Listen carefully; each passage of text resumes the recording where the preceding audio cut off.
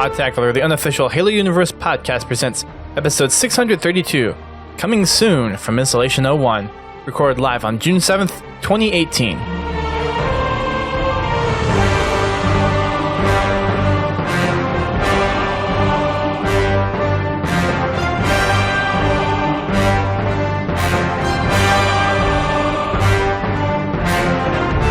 Hello everyone, welcome to Podtacular, the unofficial Halo Universe podcast. I am your host, Duststorm. I am your co-host, Godzilla T.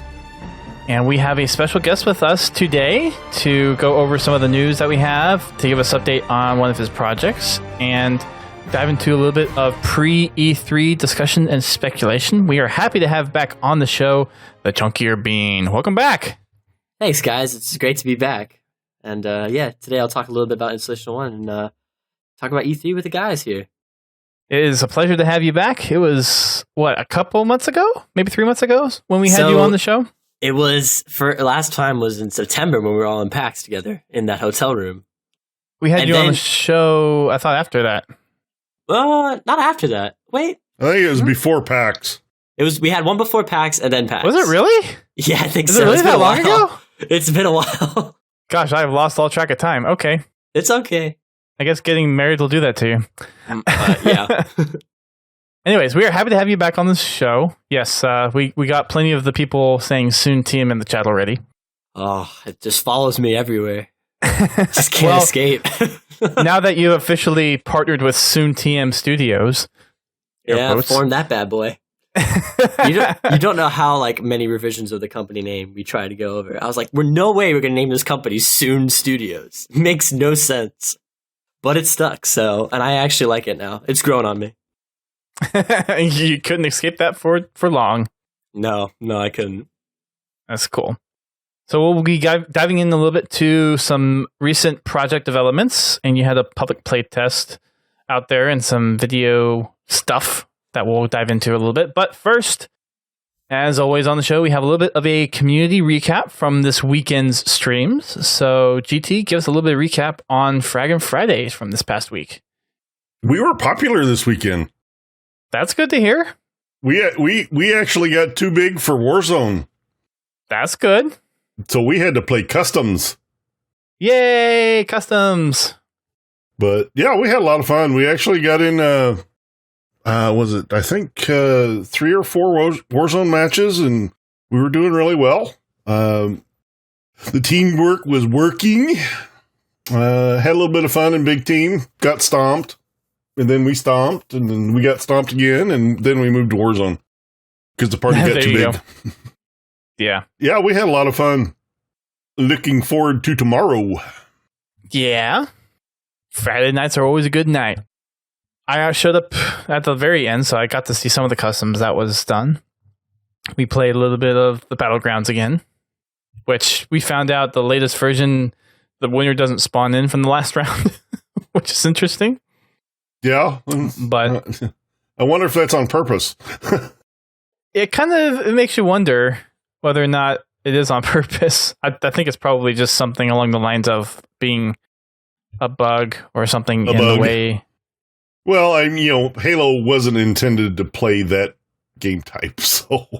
Yeah, wasn't exactly designed to do things quite like that.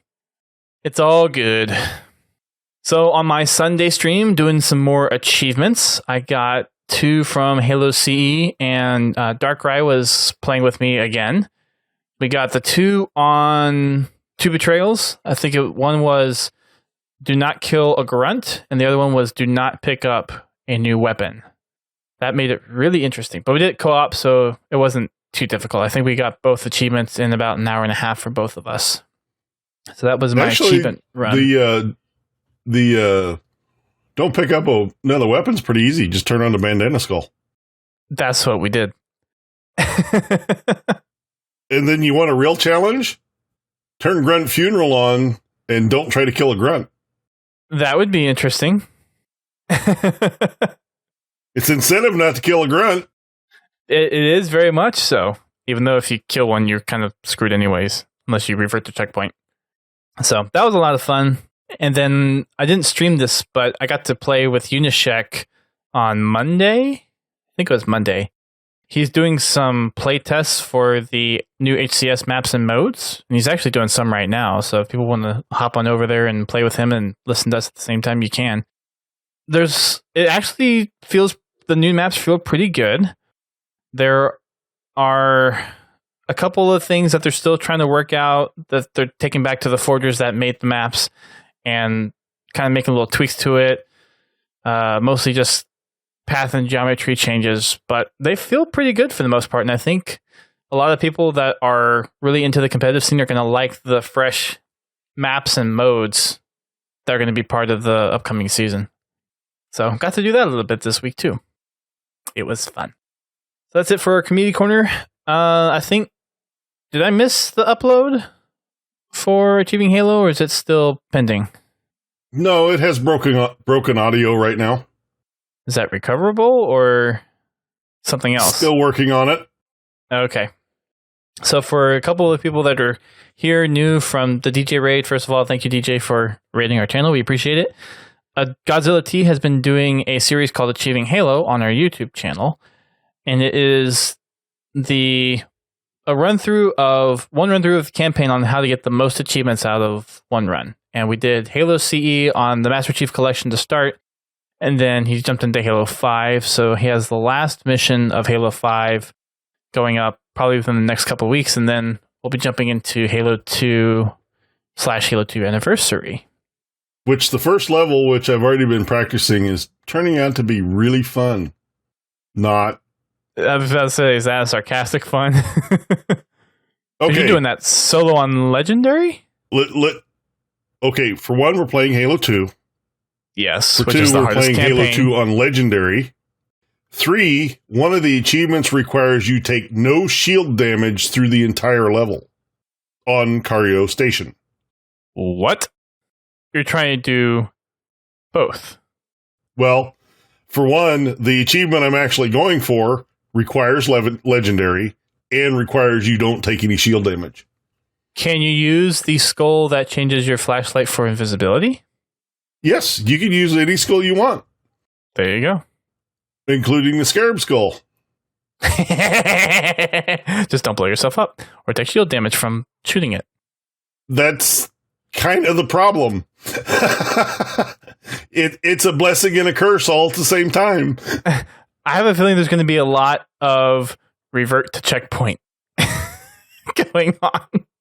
My last practice run, there was 15. Did you get all the way through the mission? All the way through the mission. That actually doesn't seem that bad. My first run through, I lost count at 40. Oh, man. Oh, geez. That hurts. So I hope you appreciate the pain. Yes. Oh. I'm sure people will. So look forward to that. You can find our YouTube channel over at podtacular.com/YouTube if you want to find the Achieving Halo series, and we'll be diving into the Halo 2 Anniversary over the summer.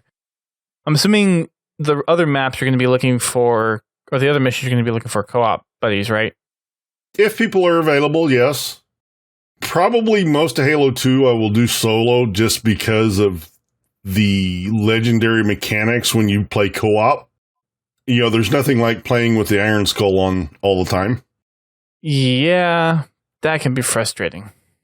Although Iron Skull with co-op just takes you to the last checkpoint instead of all the way to the beginning of the mission. Well, no, it's with Halo 2, any death takes you back to previous checkpoint, even in co-op. Oh, so it's bugged. Yeah, it has been since they developed the game. I thought in the original Halo 2, it was like no that. If Really? one person dies, it takes you back to the previous checkpoint. Was that just in Halo 3 then?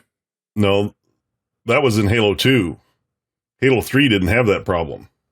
Right, that's what I mean, where it works in Halo 3, but not in Halo 2. In Halo 3, they have a system where if the other person's in battle, you won't respawn, but it won't take you back to the previous checkpoint unless both of you die. Okay, got it. Sweet. But there are a few levels, there are a few places that co-op would be handy. There are some co-op achievements that I'll be going for. I'll see if I can work them into a run. It kind of all depends on the other achievements on those particular levels as to, if I can complete them. I believe you're still posting the looking for groups on our Xbox Club, and then you're putting out tweets for interest. So for those that are interested in helping out, then you can find GT over on the club or on Twitter. All right, shall we go ahead and dive into some of the news? Sure. News is fun. All right. We have a new MCC development update. And with that, we have the Flight 2 that is now out for the MCC Insiders that were invited. And we actually are allowed to stream it this time around. So you probably have a lot of people streaming it right now. Starting at the top of the hour from when we're recording was, actually coming in from when we're doing this. So 10 p.m. Eastern Time, 7 p.m. Pacific is the second play session that all the insiders are getting on to play. So you'll see plenty of people streaming the Flight 2 build on Twitch and Mixer, so make sure you check that out. I don't know for the edited version of this podcast if it'll be out before the end of the streaming schedules, but it has been approved for streaming and the builds are available after all the playtime slots, so you'll probably see people streaming this for at least the next week. Yeah, I was streaming it the other day. It was pretty surprised that they actually allowed us to do that. I was a little surprised too. We'll actually be changing this stream over to doing the flight right after the show, and I know Haas is going to be streaming it. DJ Blue is going to be streaming it. I'll be streaming it. And there's plenty of other people streaming. I wouldn't be surprised, honestly, if the MCC Flight streams had more views than normal MCC and Halo 5 on these platforms for the weekend. Yeah, it would not surprise me at all. Check them out. Unfortunately, I will not be enjoying this flight. You didn't get the invite this time around? Nah. Hopefully the next one. Which I totally understand. I haven't touched MCC multiplayer in probably a year and a half. So, I totally understand it. All my time in MCC has been in campaign. Sure. And they're going to be opening it up for the future flights anyways. It sounds like after this flight, they're really going to be expanding the player base. And seeing this one's in Halo 3, I'm not really that brokenhearted. Yeah. It's not your cup of tea? No. Halo 3 multiplayer is not my favorite either. Oh, man, I'm the odd duck here. Yeah, Halo 3 is, when it comes to multiplayer, that is the one game I spent the least amount of time in multiplayer. The aiming mechanics just are very weird because it has the triangle shape, so going from side to side doesn't move as fast as it does from up and down. The aiming is just off compared to every other game. It's just off. It's better than some other choice words I was using on Tuesday. Haas can attest to that. It was in private lobby, so I didn't mind voicing my mind. So we have the latest MCC development update. We got a couple of things that they're focusing on for this flight, specifically the matchmaking dedicated servers for Halo 3. As a lot of people will probably remember, a few years ago, a lot of the multiplayer matchmaking games failed over to pure hosted servers because of the now antiquated netcode that the Xbox One was using. So they're validating some of the changes that they're making to dedicated servers. And so far, it looks like the response across the interwebs has been very positive on the feel of the kind of having that dedicated server. Like, it feels like a dedicated server. It definitely to a lot of people. A ton better, at least from my experiences. Because, I mean, I had MCC on launch day, and it was a struggle, to say the least. But, I mean, I mean, it took so long in the first place because they were using dedicated servers, but they had to turn them off because no one could get into matches because of the system they were using, the ticketing system. I can't remember. It was in one of the blog posts they talked about it. They went to It was actually in the first blog post. Ah, well, there you go. This is the first update. GT with the knowledge there. The participant counts for this flight have been about doubled, so I believe they're looking at about 4,300 members. They said it during the social stream with Just a Birdie and Grim earlier this week. I think it was about 4,300 participants for this flight. Pretty good chunk of people. And I think they said there was over 20,000 registered MCC Insiders. So it's about maybe a sixth of the total people that have signed up so far, which is a pretty good number. My guess is they'll maybe expand it to at least half for the next time around. That's my guess anyways. We shall see. You know what would be kind of interesting, though, is if they opened up like some kind of like co-op flight, essentially to test the co-op networking. Because that was one of the biggest problems they had. And they just talked about it, actually, in the latest blog post. For Halo 2 anniversary, yeah. Yeah. So, because I remember just playing and we just could not connect on Delta Halo. All I'm asking is I just want to play Delta Halo co-op. That's all I want. There was one mission, and I forget who I was running this with at some point, but it's the one where you're the Arbiter, and it's just after you clear out, maybe it's Quarantine Zone. Yeah, I think it was Quarantine Zone. And you would get the desync. What, the Sentinel headquarters? Yeah. Yeah. Yeah. I think I know what you mean. And you get the desync, so to one person it looked like you were in one part of the map, but on their Xbox they were in a different part of the map. That's not good. No. It was bad. It was really, really bad. I think I have faith though in the co-op now. From what I've just seen from this flight, I mean, the dedicated servers, I mean, they're really good. I don't even think I've only failed to match with one person because they quit out because they matched with me again. But other than that, no lag I've seen. That's good. The schedule that they have for the flight played times is today on Thursday, June 7th. They're doing Halo 3 4v4s. Oh darn. Yep. That'll be starting in the play session itself will be starting in about 30 minutes, although the 4v4 has been available since yesterday. So for any insiders, you can actually go in and play outside the play times. You're just less likely to have people on, so you might not get matched up as quickly. Tomorrow they have BTB, so 8v8s are going to be there. 2 play sessions then, and then on Saturday they're doing Halo 3 4v4s and FFA. 2 play sessions during Saturday as well. And like I said before, they've allowed us to stream. So you can check out all the streams across Mixer and Twitch. Everything will probably be done under the Halo Master Chief Collection game. So just search under that game and you'll find most, if not all, the streams are going to be the Insider build for the most part. They also highlight the HDR settings that they've introduced into this build. They have HDR brightness, paper white, which is kind of how much the white kind of blends out, and then contrast that you can change.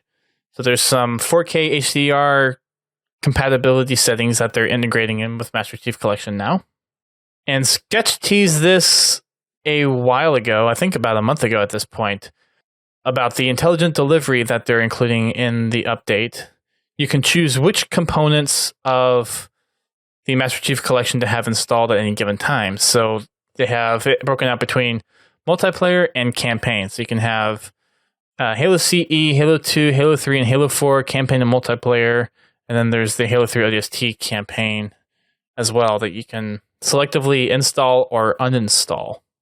Someone on Twitter also made a note that there is a gap at the end, I knew this would come up. People have been speculating, is it going to be Reach? Is it going to be Halo 5? What's going to be in the gap on the right? Yeah, I've heard some pretty wild theories. Speculation. Yeah. Yeah, there's some pretty far out stuff. For sure. And, you know, that could just be dead space. Yeah. Could be. Who knows? We'll find out whenever... Well, we might find out at E3. Depends. They also have a couple updates to the language interface. You can have voice and text selected independently, and then there is a failback voice and text as well. So if like some of the games have different voice packs, like they're not all the same. So they have a preferred one that you can select, and then if the game that you're playing doesn't have that one, there's a fallback that you can fall back to. So that's pretty cool. Adding a little bit of that flexibility in there. Here we go. We got people with the new Halo name games out there. Halo BR, Halo Poncho Chief, Halo kills or Chief kills Locke because Locke is trash. Oh jeez. Oh Locke. Oh, and of course Eric Boo. Halo MySpace. We just can't escape the MySpace comment. Nope. Can't like Pokemon. Yeah. Although Pokemon we kind of have adopted as part of the Podtacular mantra over the years. MySpace is just because we don't have MySpace. We were after MySpace. A couple of things not necessarily related to the flight. Max, I have Schlagor. Is that how you say his name? MCC design director Max Schlagor. Okay. I'm guessing that's how it's SZLAGOR. It's like Sakor. I don't know. So he has a couple of questions that he has asked or has answered that have been pretty common from the community. We have, let's see, a couple of things that he talks about. I just lost my spot. Here we go. A couple of things regarding the multiplayer ecosystem they're looking to improve, such as the skill for matchmaking, bannings that are going to be made into effect, and overall match quality. So for the bans, they're looking at more authoritative rules and stricter penalties for quitting. That's good. Yeah. Much needed. Making it to where the matchmaking experience will be a little bit better for people. They're also looking at rules for matching parties to parties and how it has an impact on balancing out the matchmaking criteria, so to speak. And then they're also looking at how to tweak the player progression systems and rank systems. So it wouldn't surprise me if some of the stuff that they're working on for Halo 5, they eventually implement in MCC. Yeah, probably well, I have to admit, I'm liking their matchmaking system they're using in Halo 5 now. It seems to match a lot more accurately. I mean, I've ranked in two playlists so far, and my ranks are the same in both playlists. Where before I would have, my ranks would be all over the place. Okay. So that tells me, to me, that tells me I'm playing equally skilled players, or at least relatively equally skilled players. Right. Which is a good thing. Another thing that they've mentioned is something that happens whenever they make changes to playlists is ranks reset. So whenever they implement some of the new playlist structures within MCC, a lot of the ranks that are there from people are going to be reset and changed. So if you want to get a rank now, before they all reset, then you might want to do that. I just want to thank 343 for that, because I'm really tired of matching a bunch of 50s and just getting my whole soul destroyed. That sucks. Yeah, it's pretty bad. But yeah, no, that's definitely a good thing that they reset and a bunch of that stuff. Hopefully they will introduce a new system for it. We'll see. We'll see. They will be implementing a post-game carnage report lobby. So very similar to Halo 3, where once you were done with the game, you could chat with the other players in your team or on the other team that is being pulled back into the environment. They did make a caveat saying only parties will stay together once matchmaking begins. So thinking back to Halo 3, it's like not pressing X to party up. Definitely a much needed feature to come back. I think that's kind of a mixed one, because people might be like, I don't want to hear not necessarily that, but I don't want to hear the trash talk another team might have if we lose or something. It's kind of a mixed bag. You either get really nice people that'll say GG and really appreciate the game that you played, or you'll get the people that are like, you suck. Go. Well, as long as they give you the option to back out of the Carnage report and go back to the matchmaking lobby, that's fine. As long as I got that. that'll still be there. At least I wouldn't imagine that going away. It's there currently. I like my trash talk, though. So the only thing I don't like is when people blare their music into their microphones because they want everyone to listen to what they're listening to. Yeah, that sucks. Mm-hmm. MCC will also be moving away from combined playlists, which means the playlists that have multiple games in them, moving to game-specific ones. That's a good move. The reason for that is they're hoping that helps consolidate a lot of the player base into specific playlists. And they're not completely throwing out cross-game playlists. It's just something that they're looking at maybe doing in a rotation style. So think of maybe Action Sack. You could have cross-game playlist. Yeah, something like that. Cross-game makes sense.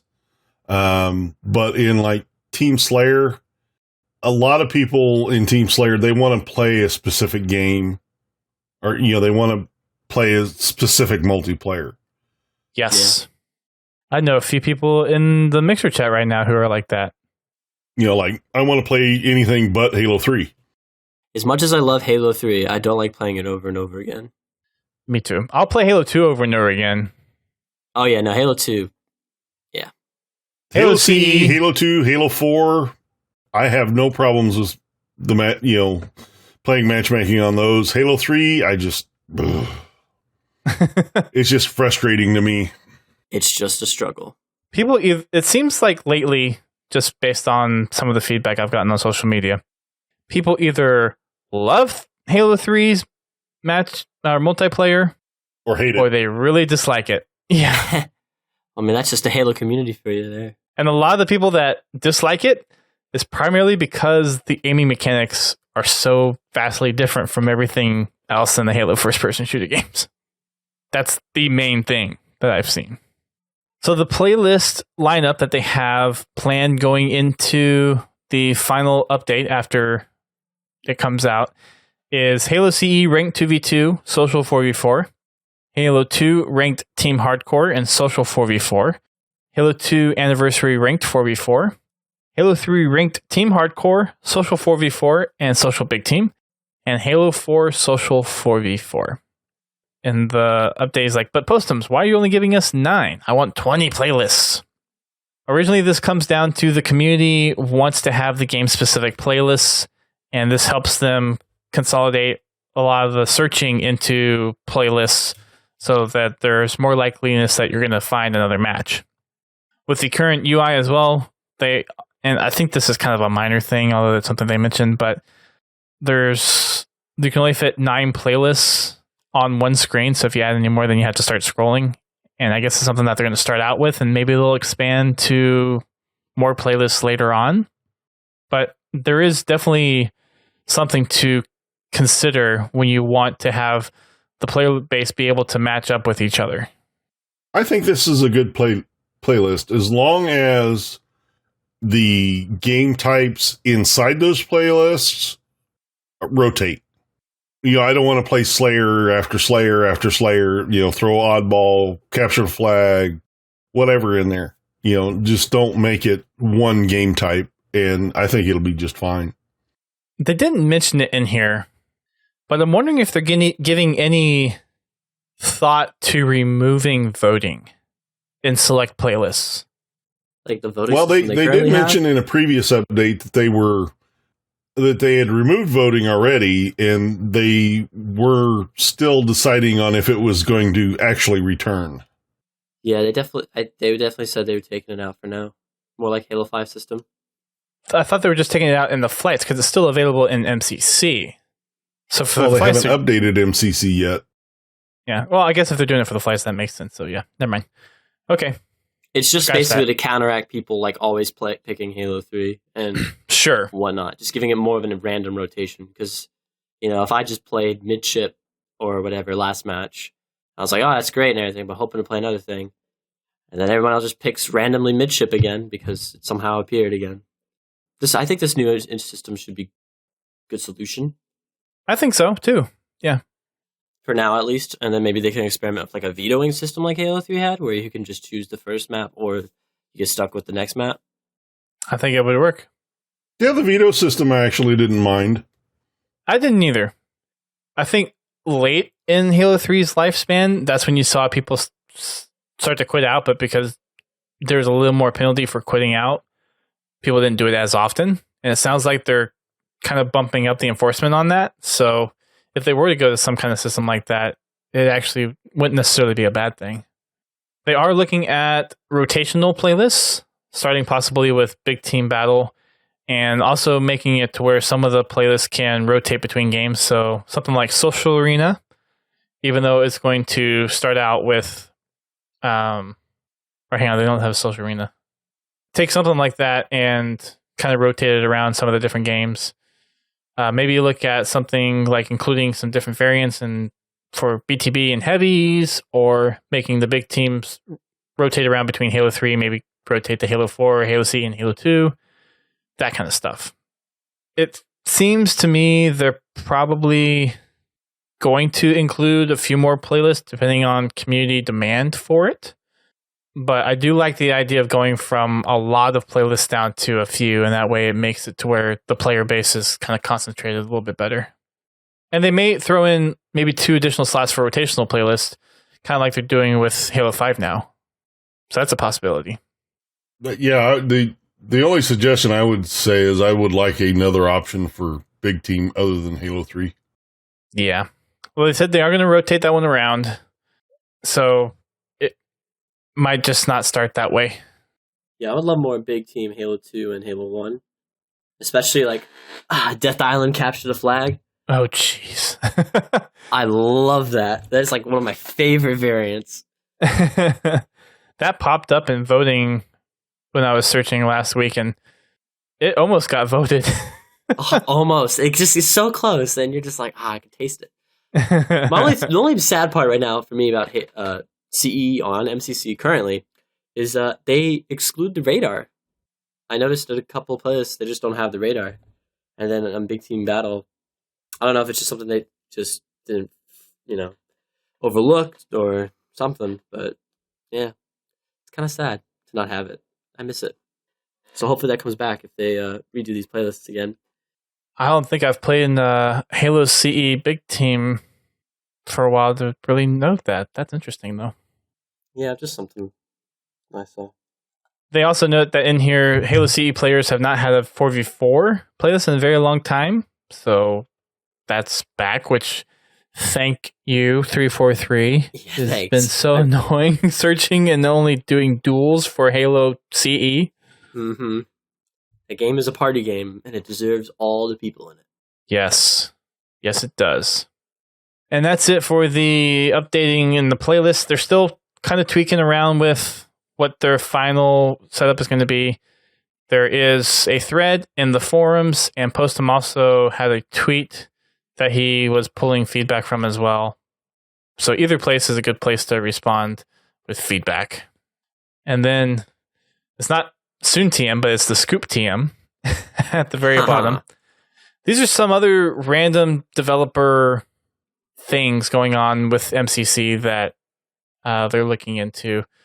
Nothing that is necessarily apparent right up front, but something that they've found and have cared to share with us. There is one big thing that they did mention. I think that is worth talking about. If you can. Go for it. So in the part of the blog, they talk about the 30 hertz versus 60 hertz with Halo 2. And they kind of mentioned about a Halo 3, but specifically Halo 2. And, well, Halo 2 on Master Chief Collection is the port of Vista Halo 2. And the port of Halo 2 on the computer is not the same as the original Xbox because of the change from 30 to 60 hertz. So stuff like the carbine, like fire rate, it's like a beast on Vista. It's crazy. And one of the reasons you can't super bounce anymore is because of the change from 30 to 60 hertz. You can't still super bounce, it's just you have to do it much faster. It's a lot more difficult. If you heard of Project Cartographer, they've actually gone through and fixed a lot of these with special game modes they call like Halo 2X. However, they have commented on finally that they're working on making it, much more similar to the original Halo 2, which I think is actually really, really great. And they commented that the cartographer guys are putting back in the 30 FPS related glitches. Basically, they're putting back in everything that was like tweaked too much, that it just didn't represent the final original game. Okay. So it plays much more like the original game. So it's like a lot of fire rates on a lot of weapons got changed. Right. So they went back and they like reevaluated everything and dug into it, and they came out with an update where you can have special game types that fix it. And it's pretty sweet. That's good. And Yes. they're kind of doing that with MCC too, though. Basically, yeah, but except they're doing it for the whole game. You don't have to use the special game mode or whatever. So it's going to definitely play more like an HD original Halo 2 experience. Hopefully, if they get everything working. I never could figure out super bouncing in the original game. It's very interesting. I did do it on. Oh, geez, I'm going to get ridiculed for this. What's the map? Headlong. I did it on Headlong a couple of times. Headlong is great to do it on. And I think Headlong is the only one I was ever able to actually do it. it's probably the easiest one, the most well-known one. Yeah. You talking about the one off the bridge? I don't know if that's the one I did. What, Headlong? Yeah, there was somewhere where you had to like destroy part of a concrete thing, and then kind of like jump in it, and then jump somewhere, and then you bounce or something. I don't remember exactly. It was a long time ago, back in like 2008. Gosh, that's a decade ago. Holy crap, that's a long time ago. I just realized how long that was. It's pretty sad. Yeah, let's see. No, I can't even remember the callouts now. But it's one of the man bridges. You could load yourself up under one of the braces and then jump off and hit a specific crack on the road, and it would launch you over the buildings. Yeah, those are fun. The glitches in Halo 2 were some of the most entertaining. Yeah, but if it came out today, it would be ripped to shreds. Yeah, yes it would.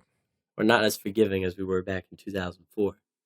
Right. Well, back then the glitches were fun. Yeah, the majority of Halo 2's glitches were fun, but you have to remember a lot of things that not a lot of people remember is the pop-in loading from the campaign and whatnot. It was because the memory on the Xbox just couldn't load it all into it fast enough. I mean, they made it really cinematic, so a lot of stuff had a lot of cuts, which really is unfortunate because it's actually really well put together and choreographed. But the Xbox just couldn't do it sometimes. Other than that, I can't wait until they fix it on MCC because it's going to look and it's going to play amazing. I hope.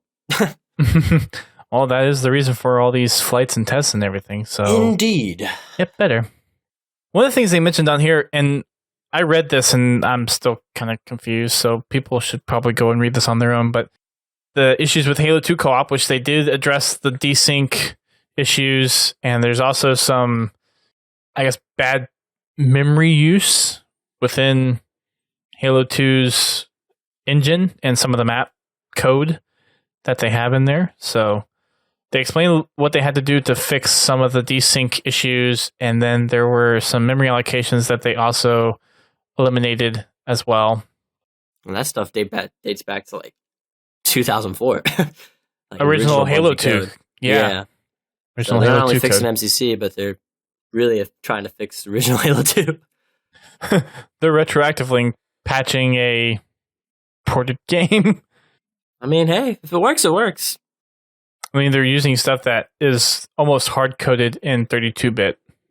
And apparently, elites were not dual-wielding in Halo 2 Anniversary. Yeah, I didn't. That totally went over my head. I didn't even notice that.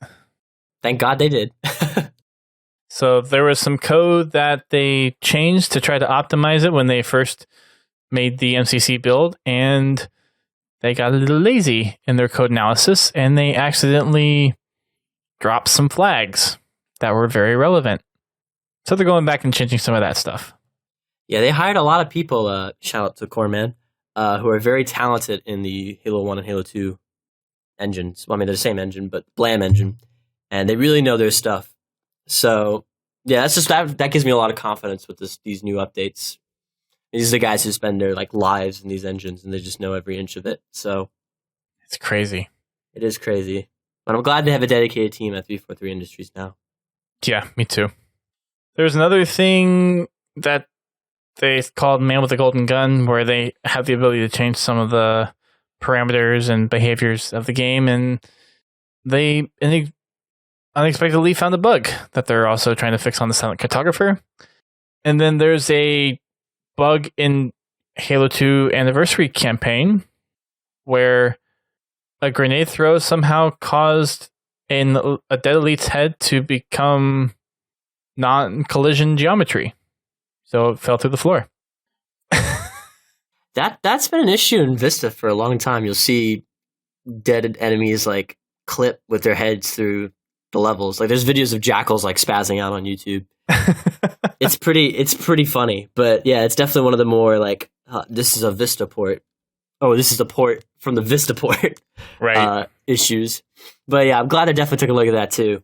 Well, I mean, even in Halo 5, you'll find Spartans with their heads stuck in walls. I remember there was the glitch on midship where if you died on one of the walls that was kind of like the hard light wall, your head would get stuck in it and you'd see the bodies start freaking out. I don't know if you guys know what I'm talking about. Yeah. Or not. In Halo 4 and Halo 5, both, the flailing bodies have been everywhere. flailing everywhere. Flailing bodies everywhere. So that's it for the latest MCC development update. Flight 2 is underway, so for everyone that has been invited, go do good things, research stuff for Microsoft. Give tons of feedback. Yes. That's what they need. Do it. On to the latest community update, which thank you, Grim, for posting it before we started the podcast today. Really appreciate that. It helps a lot. We have a couple of things that are kind of recaps, HCS updates. We talked about the additions of the new maps last week. The spectator passes and team passes are still available for the MLG New Orleans, which is going to be Halo and Gears under one roof, July 13th through the 15th. And the Halo prize pool is $250,000. It is a open land. That means if you have a team and you want to go compete in New Orleans, all you need is a team pass and you can compete with some of the world-renowned teams in Halo. Again, that is July 13th through the 15th. They mentioned the MCC update, which we just covered, so we're not going to talk about that. There is a new book that is announced, which it seems like that's all they're doing these days is cranking out books. It's all about that lore, man. It's all about the lore. But this one is actually targeted to young audiences. Teaming up with Scholastic, they have announced Halo Battleborn, which is a novel by Cassandra Rose Clark. That name doesn't necessarily mean anything to me. I'm guessing she might be a well-known writer. Perhaps. That's my guess. Let's count grunts. 1 little grunt, 2 little grunts. Oh, sorry. Probably not that young. Probably not. This is also taking place during the events of Halo 5. In the description, it talks about... It seems like... I'm not exactly sure if it is specifically Halo 5, but it talks about a couple of, I guess, students on Meridian. And it's talking about an alien covenant threat. So this might be pre-Halo 5, or I'm not sure. But it's it takes place on Meridian. Takes place somewhere in Halo. Yes. We did create the link, so if you go to podtacular.com/Battleborn, it'll take you straight to Amazon where you can pre-order the book. And it is available right now for paperback and Kindle. Sorry, no audiobook version of this GT. At least not yet. Paperback is $9.99 and Kindle is $5.99. So there you go. Apparently, it says I purchased this item on May 10th. So I guess they're just...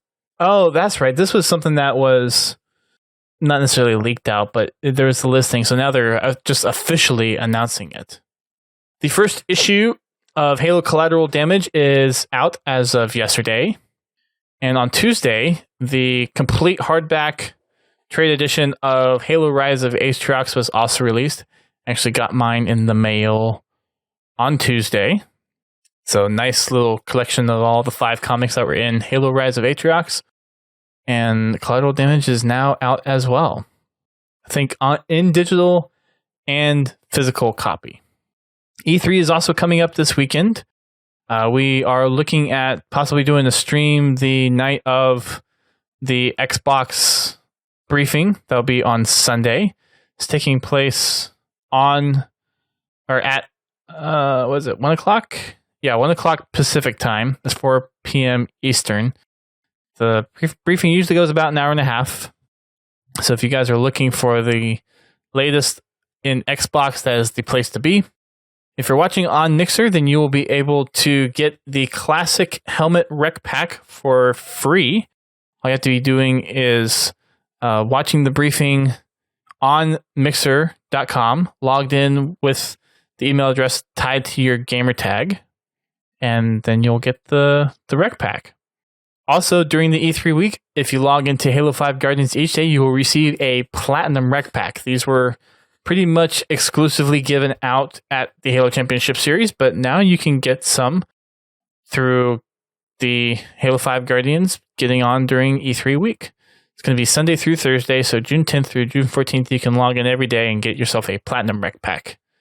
I don't know if that's necessarily going to replace the Daily Rec Pack, but it might. In Halo Wars 2, you're going to earn double free daily Blitz packs as well for the same duration. So Sunday through Thursday.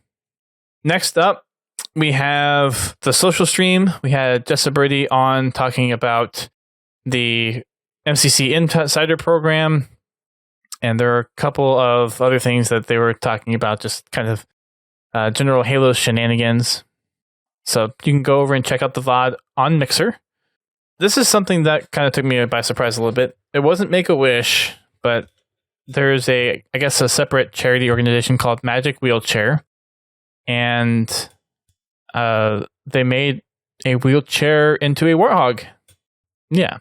So this Halo fan named Isaac was gifted with a one-of-a-kind Halo warthog wheelchair.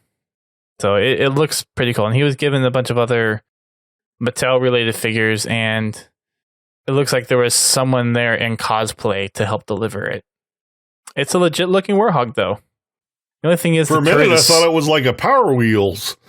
Kind of, yeah. The turret is so high up, isn't it, though? Yeah, I'm pretty sure it's not exactly to scale. Oh, I'm sure it's not. But it's still really freaking cool. Yeah, it is.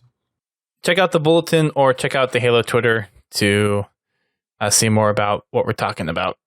Eventually, one day I'll get it to where I can have the web browser up on the stream. But for right now, that's just got to deal with us explaining it and then going and checking out the post. Halo Wars 2 community tournaments are still ongoing. There is the Team Respawn tournaments that are taking place this weekend on June 8th and June 10th, and then Breaking the Clutch is on June 9th. There is also the Halo Wars Championship League, that's a community-driven invitational, which is taking place on June 23rd as well. So make sure you check out all that action if you are interested in Halo Wars 2 competing. You get on Bobby and see if you would compete in something like that, since he's not here tonight. But he's the best Halo Wars 2 player that I currently know of in our little Podtacular community. So maybe something that he can look into. Just depends if his internet connection holds up. Anniversary Throwback is now gone from Halo 5 matchmaking and has been replaced with Shoddy Snipers. So we have Shoddy Snipers in the house, and then next week we're going to get Rock and Rails. Shoddy Snipes will be sitting alongside Action Sack for this next week. The Forge Hub Halo 2 Anniversary Podtacular wraps up this week. So you have until, I believe, Sunday to submit your Halo 2 Anniversary maps. There's a thread over on Forge Hub where you can do so. Just a reminder to go and submit your maps if you haven't done so already, or finish them up and get them submitted by Sunday. I believe they have to be submitted by midnight Eastern, 9 p.m. Pacific on Sunday. Also, you have until Friday to get your Halo Challenge submission in as well. All you have to do is send a short video of yourself doing the Halo chant, and you have the possibility of winning an Xbox One X. Ooh. Also, Marty O'Donnell is judging some of the submissions as well. And for those who submit an entry, he will judge them, and the winner will be receiving some autographed stuff from him as well. So there's two different possibilities of you winning something. Yay, free stuff. Free stuff indeed. This was also kind of out of left field by a lot, but the Master Chief is now a playable character in Super Bomberman R by Konami, and he is voiced by Steve Downes himself.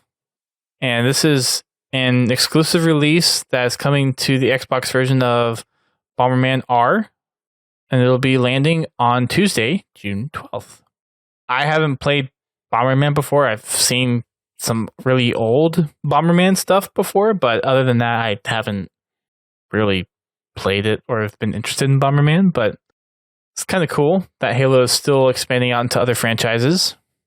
Good on you guys. There's a nice new artwork done by the community. This one's done by @RealHartman on Twitter. It's a very kind of anime style drawing of Master Chief. It is really well done. Oh, apparently he is the artist behind The Fairly Odd Parents and Danny Phantom. Oh, wow. Yeah, it's pretty cool. And apparently he's a Halo fan. Apparently. Yeah. It's going to do an animated Halo series, huh? Yes, very much so. That I didn't even realize the connection there. That's impressive. And we have our community spotlights. A lot of the Halo hot shots for this week. A couple of video clips. The High Noon one is very interesting. Someone got outside the map in theater mode or something, I guess, in Reach, and was able to take some really cool pictures of the skybox. So for those that maybe don't know what I'm talking about, High Noon was the Hang 'em High remake that they did in Reach, and the skybox looks really freaking cool, actually. So you can check that out. Check that out. And there are a couple other cool ones. Nothing else I think that's as noteworthy as that one to me. I don't know. Did anything else stick out to you guys?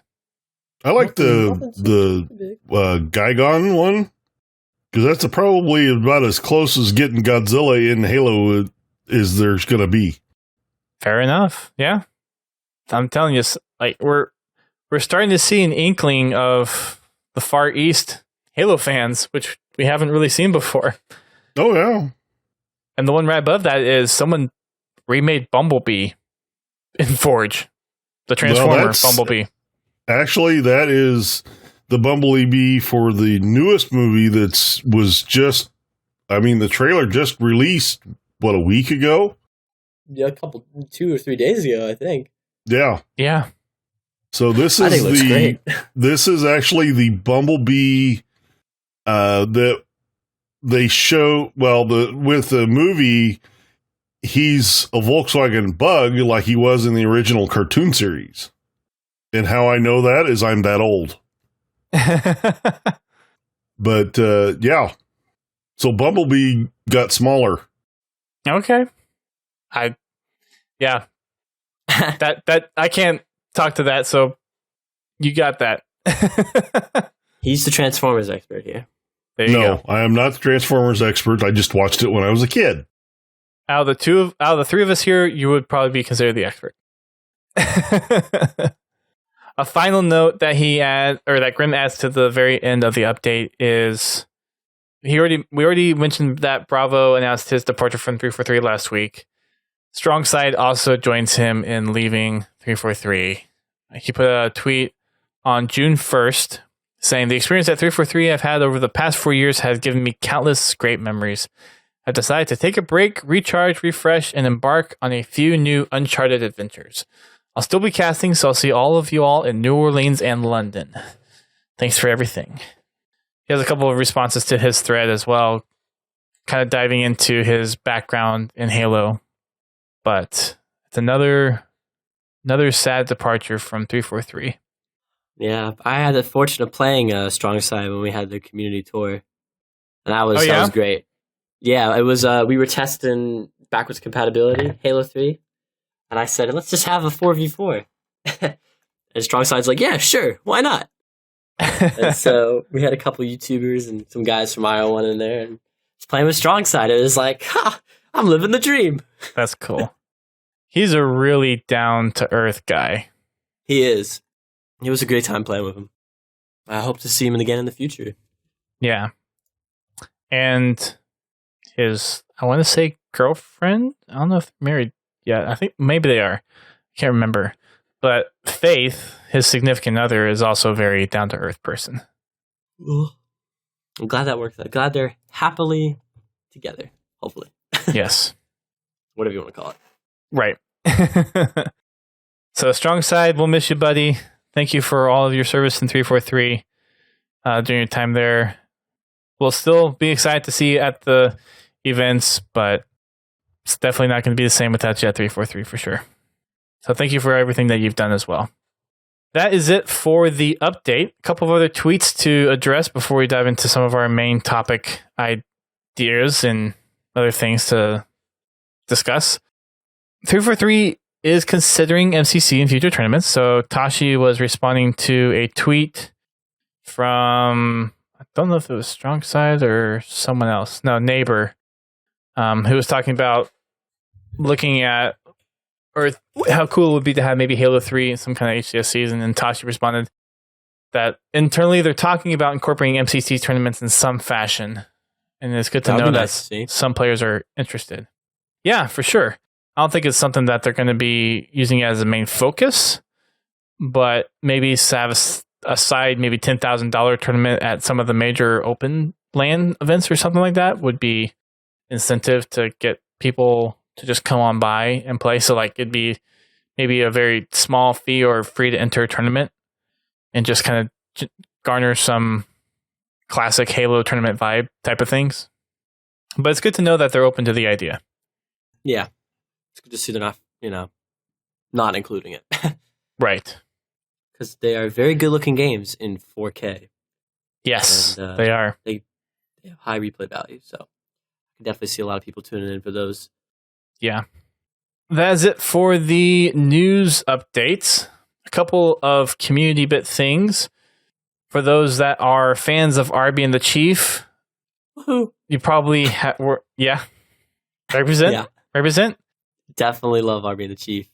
There were some musings about a month ago, I think, where the creator came out and basically saw where Machinima had removed many of the videos that were uploaded, because at the time, RB and the Chief was partnered with Machinima, which means Machinima basically owned the rights to the series, and some of the videos just kind of disappeared, which the community was in uproar about. Just also want to point out that Master Chief War is still not available, and it makes me very upset. And it's probably one of the greatest machinimas out there. Yeah, no, they took down a bunch of RB and Chief episodes. I think also maybe almost a whole season. And the community has banded together and put together a whole catalog of every single RB and Chief episode. Yes. There's an entire archive now. And Unishek has also commented on that, saying he's glad to see that everyone is getting together to support the show, making sure it lives on for everyone who wants to enjoy it, new and old. Yeah, I was kind of okay with it at the beginning of the series, and then it just didn't appeal to me anymore. I do understand its importance within the Halo community, and I'm glad to see that people have banded together to bring a classic staple of Halo Machinima back to kind of the forefront. Yeah, Machinima. Upload it to YouTube quickly. Yeah, that would. Although I guess I don't even want to go into the whole legal rights with all that stuff. What would happen? But yeah, no, it's really sad to see all these great Machinimas being privatized just because they're offensive, quote unquote.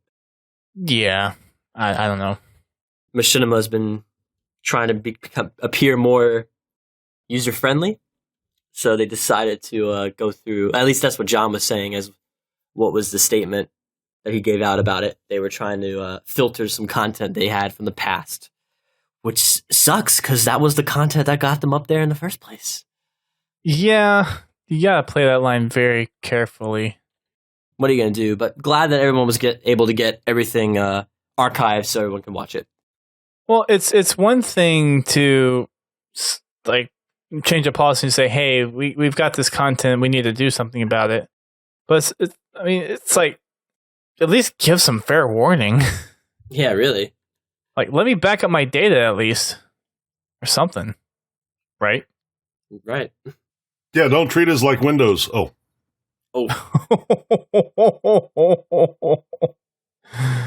Surprise update. Oh. Dang. Okay, then. That was kind of the only significant Halo news that I'm currently tracking. There's a couple other smaller things, but that's really it. Unless you two had something else to bring up that you're tracking. No, I don't have anything. All right. I got nothing. On to our main topic, or one of two topics of the night. First one being the reason why we have the TheChunkierBean on the show, and that's to give us a little bit of an update to Installation 01. So you all had a... Was it a public playtest? It was just kind of like whoever signed up? Well, no, we had a status update, essentially, of our current progress on the game.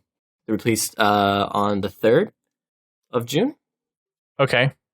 And basically we highlighted that we've highlighted our current gameplay, what was in the game, what we've been working on, and just kind of bringing the community up to date on, what we're doing behind the scenes. And also announcing our company. We did an update on our site, but it's now we have our own official name, so we're starting to bring it into our videos now, make it more formal, professional. Very nice. Yeah, so hopefully we're going to try to be more open and transparent with the community in terms of showcasing stuff. And yeah, that's really what the update was about. Nice. So what are some of the big changes that people can probably expect with everything? In terms of like what we showed last? Yeah. It's running on 2018 Unity right now as of June 7th, and it is much better than the older version of Unity because it has a lot of new multi-threading features and a lot of new bug fixes and crash fixes. Mainly crash fixes was what we were really happy about. They also, I'm going to just go into some techno babble here if you don't mind. Go for it. Unity used to use a kind of their own HDR or physical-based rendering system where it wasn't kind of like the standard that all other software were using. So like a lot of values were Unity's own values, but in other programs it was kind of like a set color or a set number that was not the same as going into Unity. So in 2018, it's all been standardized. And it's a lot easier to import materials from 3D modeling or 3D texturing software. So that's a big plus. We've also just got a bunch of networking stuff done, and the game feels really smooth and very fun to play, I must say. That's good. Because I remember when I got to play last time, there was definitely some lag. That happens. We kind of have a small pool of people right now, so playing across the ocean with other players can definitely be difficult, but we're hoping to include region support. So if you want to just stick to a certain region, you'll be able to. Very nice. So lag should be minimal. Should be. And I don't think you necessarily had people from this past weekend playing on I'm calling the pretty maps. But it seems like you all have your original maps, which haven't really been textured yet, but you have some other maps that have been inspired by other maps from the franchise already. Yeah. Well, so how's that focus split between testing? Okay. Well, the idea is obviously as a Halo fan game, you want to include some maps from the past that, either weren't on PC to begin with or, just everyone's kind of fan favorites. But at the same time, you want to create your own identity. So we really want to have our own maps that come from IO1. And we want to take advantage of the community we have and, the opportunity as a free-to-play fan game. And with our blockouts you've seen in our June update, those are our new maps, and we want to push those out as that state to testers and whatnot to gain feedback on how those maps play. Shout out to Blaze Dillon, our map designer. He has worked nonstop on delivering us different blockouts and different maps that he's been tinkering and working with for the past couple of years and wanted to introduce. He's a very big in the Halo 5 forging community. One of his maps was actually in selection for HCS's, I think it was just the tournament or the season. I can't remember what the proper term was, but the 7 forged maps they were looking to add towards HCS. Yeah, okay. Yep. Mm-hmm. And so one of them was his. So he's definitely got his foot in the door when it comes to like Halo maps and whatnot. So very nice. we want to make sure that these maps are not only fun for players, but they can see themselves playing for 1,000 more times or 5,000 more times. Because how many times have we played Guardian now? It's been 10 years and we still have people enjoying that map. And so maps like that are a testament to the level design. So we want to make sure we kind of recreate the same feel with those maps. How is it like playing on untextured, very blocky maps to something that's a little more polished and fine-tuned? Well, you don't have to worry about anything looking good. The biggest thing when it comes to these maps is depth. We use a checkered texture as of right now to distinguish walls and the floor a little easier for sightlines and whatnot. And we want to make sure you could see players. And the only thing we really tweak with these maps is lighting and, where it's coming from and where the shadows are and how dark rooms are and how brightly lit certain areas of the map are, because all of this stuff plays into the design of the map. If you can't see, blue team gets like lost in the shadows on this one part of the map. You just got to figure out a way to reduce that amount of negative feedback, make it balanced for each teams.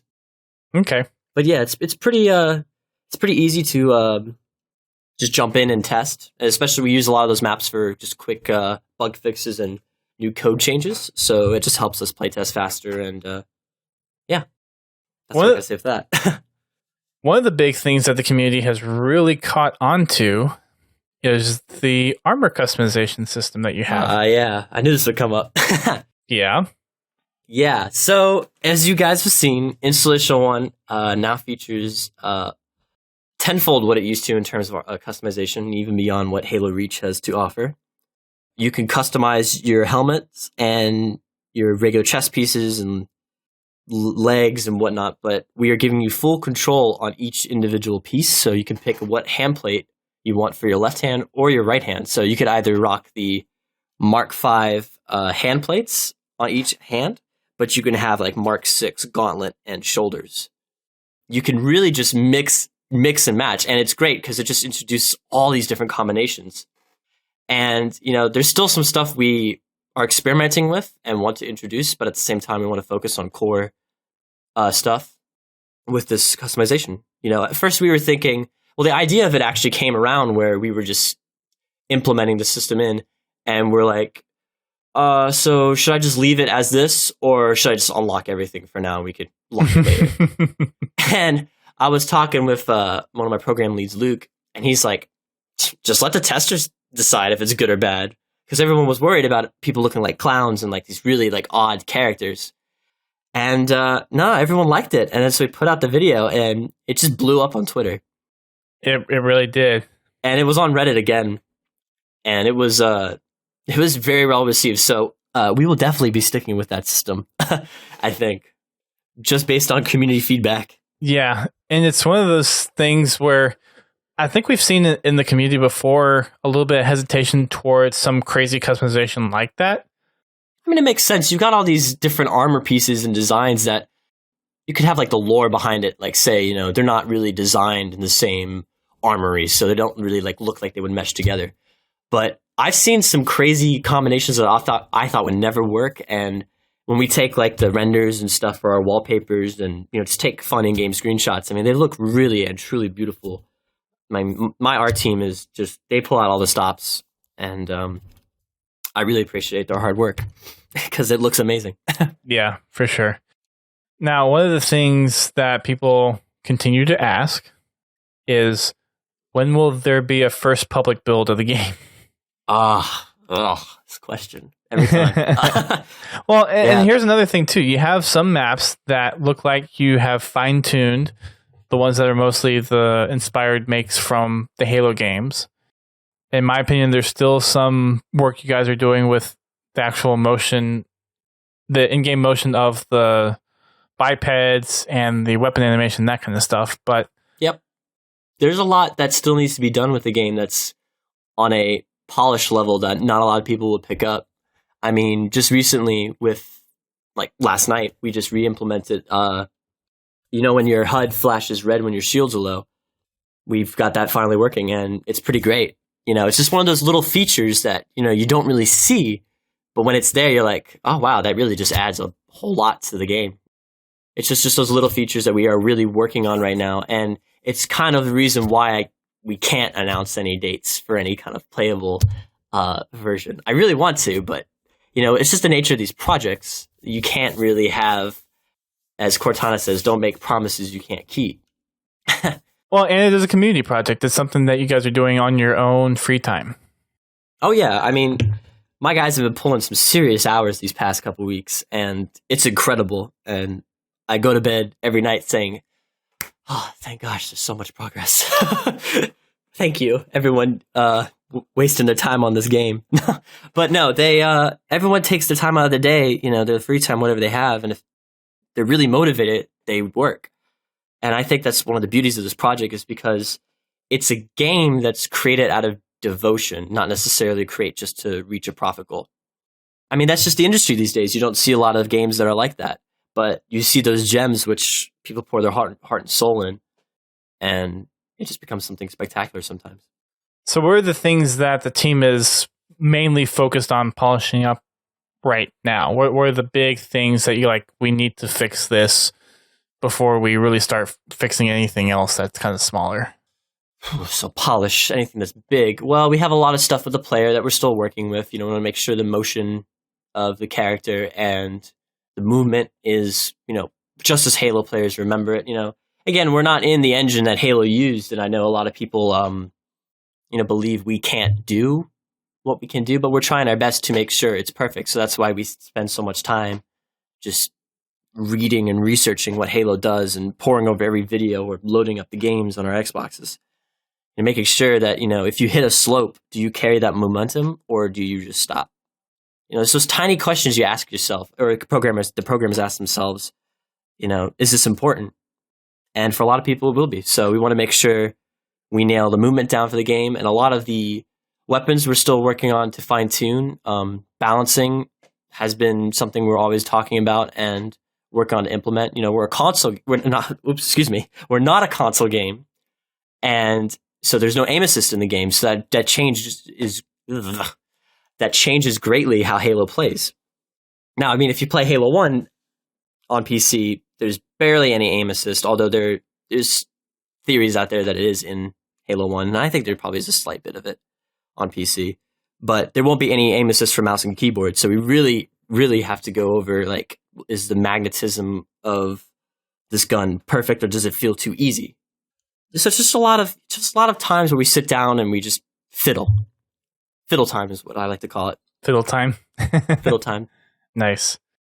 Anything that the player sees and anything that the player gets first feedback with, that's what's really important to me and the team. Because it's all about first impressions. Sure. And you guys are in a very good position, too, because you've been officially recognized by 343 as a community project and have been given the Microsoft blessing to continue pursuing in the direction that you guys are going. Yeah, it's been pretty good. It's been very nice. Back in the day when you're developing this, and Microsoft, I mean, I am really happy and impressed with 343's kind of 180 in terms of community transparency and how open they have been. You got people like Grimm and Sketch and Bravo, and now Possum. I think I'm probably butchering his name. Postums. Sorry. Yeah. Postums. They're just going out on Twitter and just talking with people all the time. And, they reach out to us, and we've been talking with them ever since. So, and we've always had like a connection with them. So nothing ever feels like, are we stepping on someone's toes, or are we doing something we're not? Because just message them, and it's kind of gotten that, lift off our backs where it's like, is this a good idea or is it not? What's going to happen to my, future as a game developer, and that's just kind of all gone away because of how supportive they have been. And again, shout out to 343. Thank you so much. And Microsoft. Always will have thanks. They're a pretty good bunch over there. They are. And definitely go into the studio, over when I met you, Dustin. Or Dustin, sorry. No, that's fine. That's fine. People know the name. That was the first experience I've ever had in the community in a public environment. And it was definitely one of the greatest weekends of my life. PAX tends to be that way.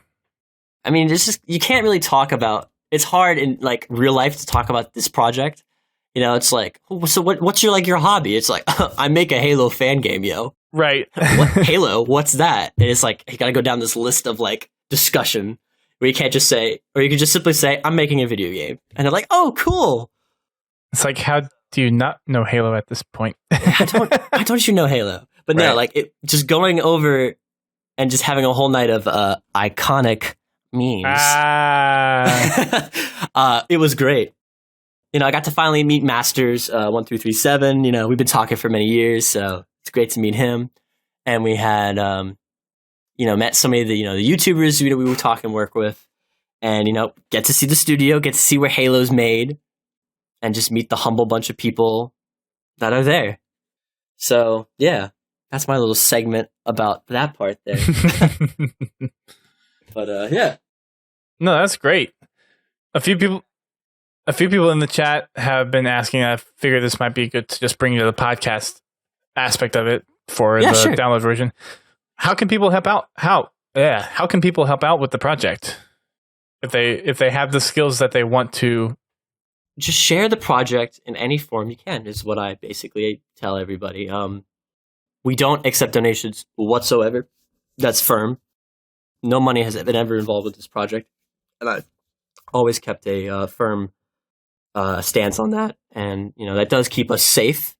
That's not really even the goal of IO1 in the first place. So money is not what we want. What we really want is the support from the community and the positivity, because the Halo communities could use some positivity now and again. Yeah. So we could, just share, if you're in a YouTube comment section and people are like bummed that there isn't anything about Halo to talk and discuss about, just talk about IO1. Just share links if you so will. Talk about our Twitter, website. We post updates almost every week on our website. You can read and look at our progress.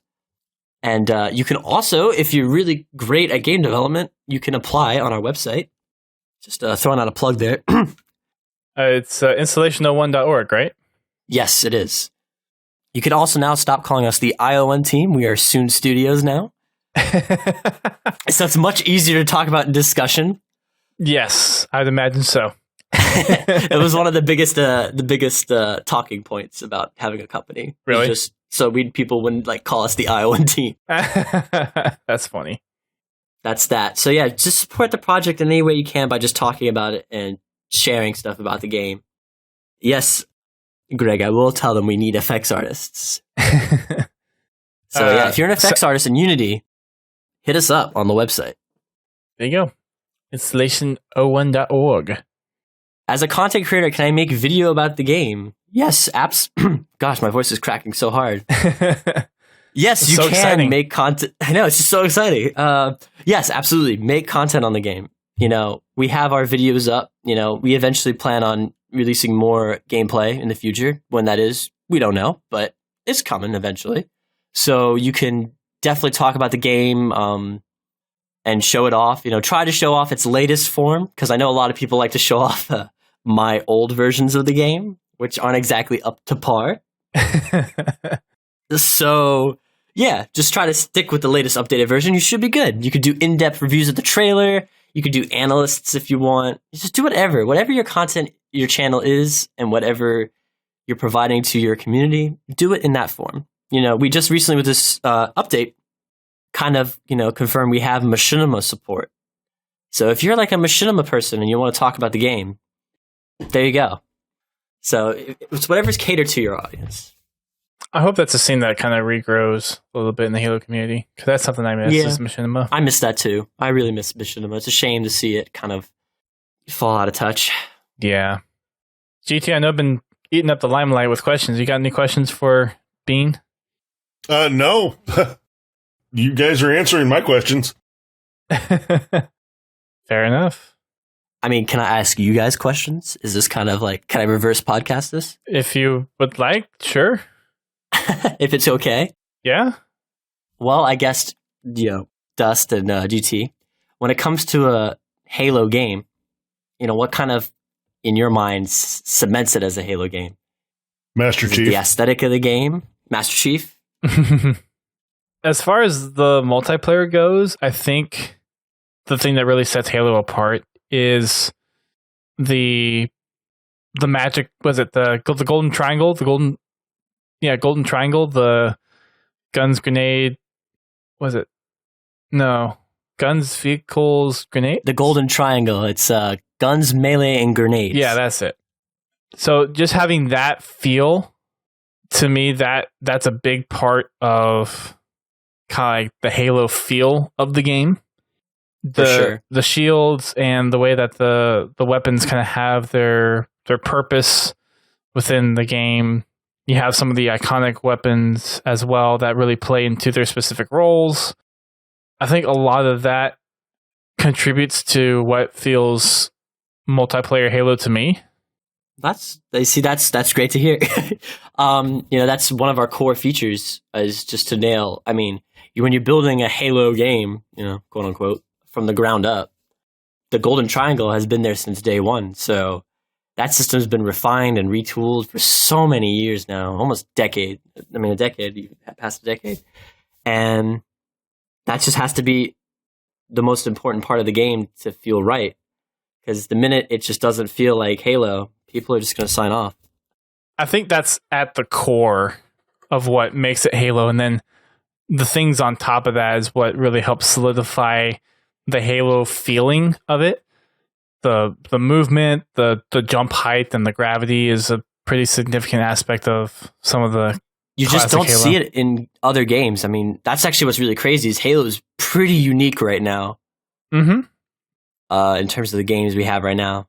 Kind of the Battle Royale genre has let FPS games play catch-up first time in a long time, as they have dominated the scene for, at least since 2008 and 9 and 7.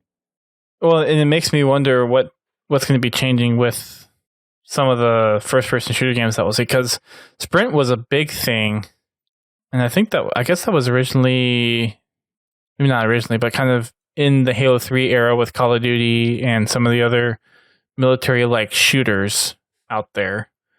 And now Sprint's a staple within the genre. And now you have the Battle Royale mode that's becoming almost like another staple within first-person shooters. It's almost like a sub-genre. Basically, yeah. It's pretty incredible to see its takeover over the past year. I personally would not mind seeing a Battle Royale style Halo game.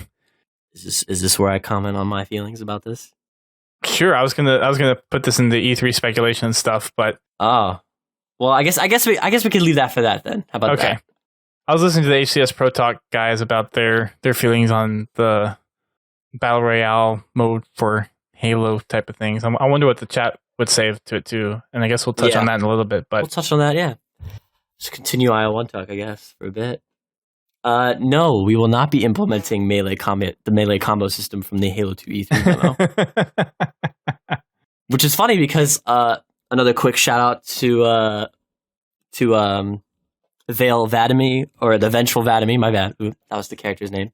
The Vengeful Vademy's YouTube channel uploaded recently his Halo 2 Alpha showcase and in-depth discussion, which does showcase the old remnants of that melee combo system. And it's very slow. So no, we won't be having that. That's probably not going to be something that a lot of people miss too much. Now, it's been too many years where Halo's kind of, melee's fast. It's just one action, that's it. It's what you intend to use, and it happens. Well, most of the time. Right. Unlike the Ghost Melee, now we're not getting Halo 5. Yeah. I don't have any more questions for now. I think for the IO1 stuff. Does the chat want to ask any more questions related to IO1? I'm down to answer any questions. Is Fotis going to answer? Be... Right. Huh? Perhaps. Is Fotis going to be a thing ever? Tosh, our community manager, is really gunning for it. If I let him, is the real question. No comment on that at this time. I wouldn't mind if it wasn't in there. It's very interesting. Some of these Halo helmets, they make no functional or foundational sense. Yeah, to say the least. There's definitely some. Why would you wear that in combat? You wouldn't. Why would someone design that in the first place? Exactly. In the future war, let me put a giant unicorn horn on my head. I really want to be seen in the battlefield. Well, why would you wear white armor in the middle of a desert? It's true. Why would you wear a cloak? Because white hot sands, man. That's why. Sure, right. The Fotis helmet, that would be great, as long as it came with a special assassination. Just you just do a ram charge towards them. Yes. Just stick them through their chest. Yes, please. Oh gosh, I just gave my team an idea. No. You guys are supposed to help me not get this in the game. Well, the assassinations to do something special like that would probably be crazy anyways. Oh, thanks, Greg. That's something I totally want to talk about, is gore in IO1. So with the latest update, you now see blood as a feature in the game for the first time. It's kind of like one of our little milestones on the team. Okay. Because we've never had blood in IO1 before. But we had a lot of requests to get it in. For me, it wasn't a priority, but obviously my other guys who are really into Doom, and I still believe Halo with blood is kind of important in a sense. But yeah, so IO1 now has blood, and we had featured a gore bug that we did have at one point where the whole ground was bloody. And, or was flesh, maybe, if you want to call it, because you shot it and blood would just come out. I think I remember you talking about that at one point, actually.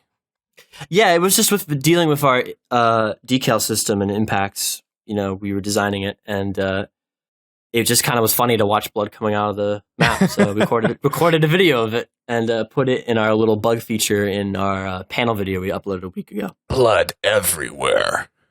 My goal is to kind of get more of the Halo CE blood back, where you just melee somebody and the whole wall is just covered with blood, as it's just ridiculous, but at the same time it's just great. Yeah. So that's another milestone we've achieved with this video that has just been released. I'm trying to think if there's anything else that's super major I want to discuss. Ooh, our game type menus and whatnot. They're being prepped for our game type system. So that's pretty grand to have. We know a lot of people, especially we've seen with the custom game community, thrive off the in-depth features to create these wild and wacky game modes. So giving them all these options, we feel, will definitely lead to some crazy game modes in IO1. So we showcased that. That's cool. Any kind of standouts that are different than the norm? Nothing too big yet. Nothing I can really comment on. Very nice. I can't think of anything too much more, unless there's more questions the chat wants to ask. I think we're good because we're running long on this show, and we still got the E3 speculation to go through.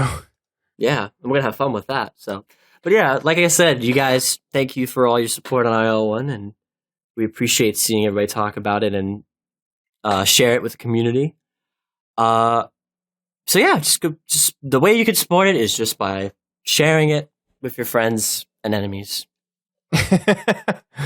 So yeah, on to E3 talk, I guess, boys. Yes.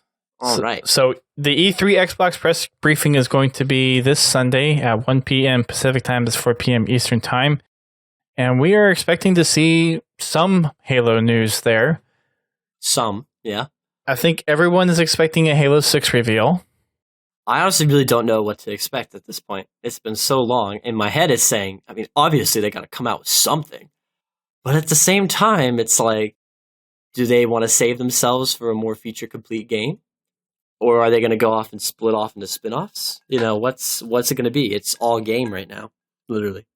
So they're already pushing past the 3-year mark for development of the game. So I think it's... We haven't had this long of development since Halo 2 to Halo 3. Because from Halo 3 you had ODST, which was released in 2009, so a mere 2 years, and it was like announced in 2008. And then you had Reach, which was also announced at the ODST gameplay demo they had at the 2009 E3. Well, there was a split between Halo 4 and Halo 5. That was 3 years. Yeah, but they had MCC in between that.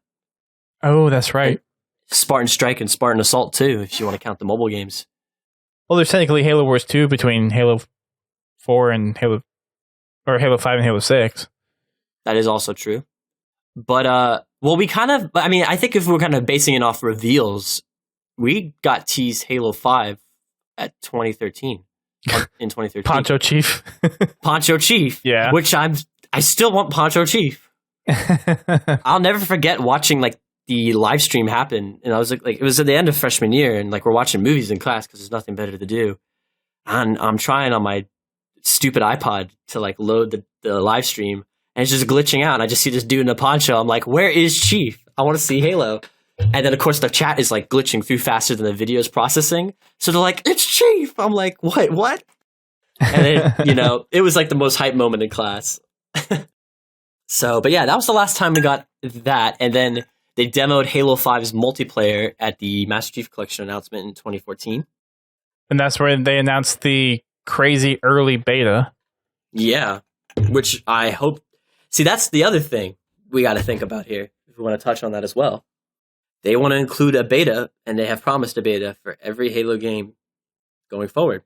And they mentioned for the Halo 5 beta how much they were able to change with the beta being so far out. Yeah, exactly. It almost seems like they want to do something that's pretty far out in advance in order to get the feedback from the community before they wrap up at least the multiplayer stuff. I mean, I'll be honest, like, I'm down to wait. I know it's kind of like we're getting really desperate at this point. I know a lot of fans are getting really, and content creators too. You got to think about them as well. They don't have a lot to do and talk about. Yeah, and for the most part, I think it's just it's about time. It is about time. It's definitely the right time. Agreed.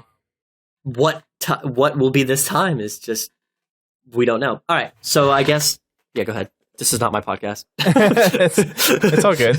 So I think everyone's kind of on the same page that Halo 6 is going to be announced, probably through some short tease, probably like a campaign tease or something like that. Yeah, I firmly believe in a teaser of a cinematic, or not a cinematic, just kind of a something story related. Yeah. Snippet. GT, would you agree? I think Poncho Chief will return.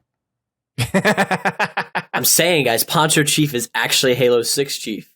It was planned way far in advance. Poncho Chief. Actually, and I wouldn't be surprised if they go down that road.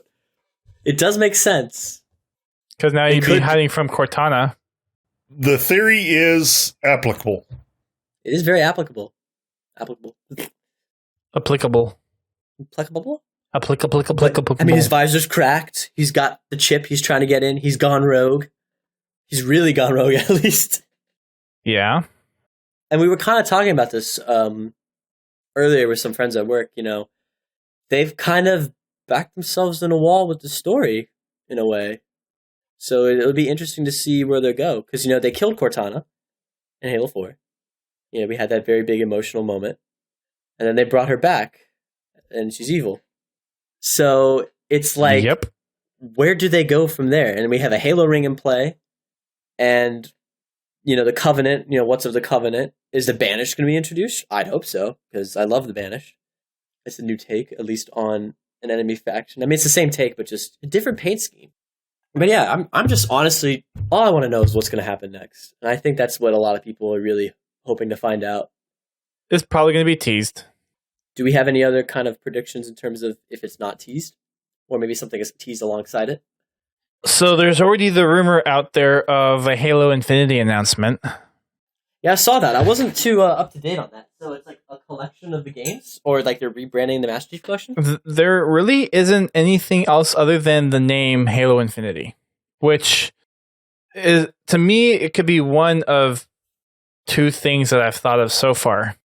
Either it's going to be what is Halo 6 and they're dropping the number because maybe Master Chief isn't as much in it like he wasn't in Halo 5.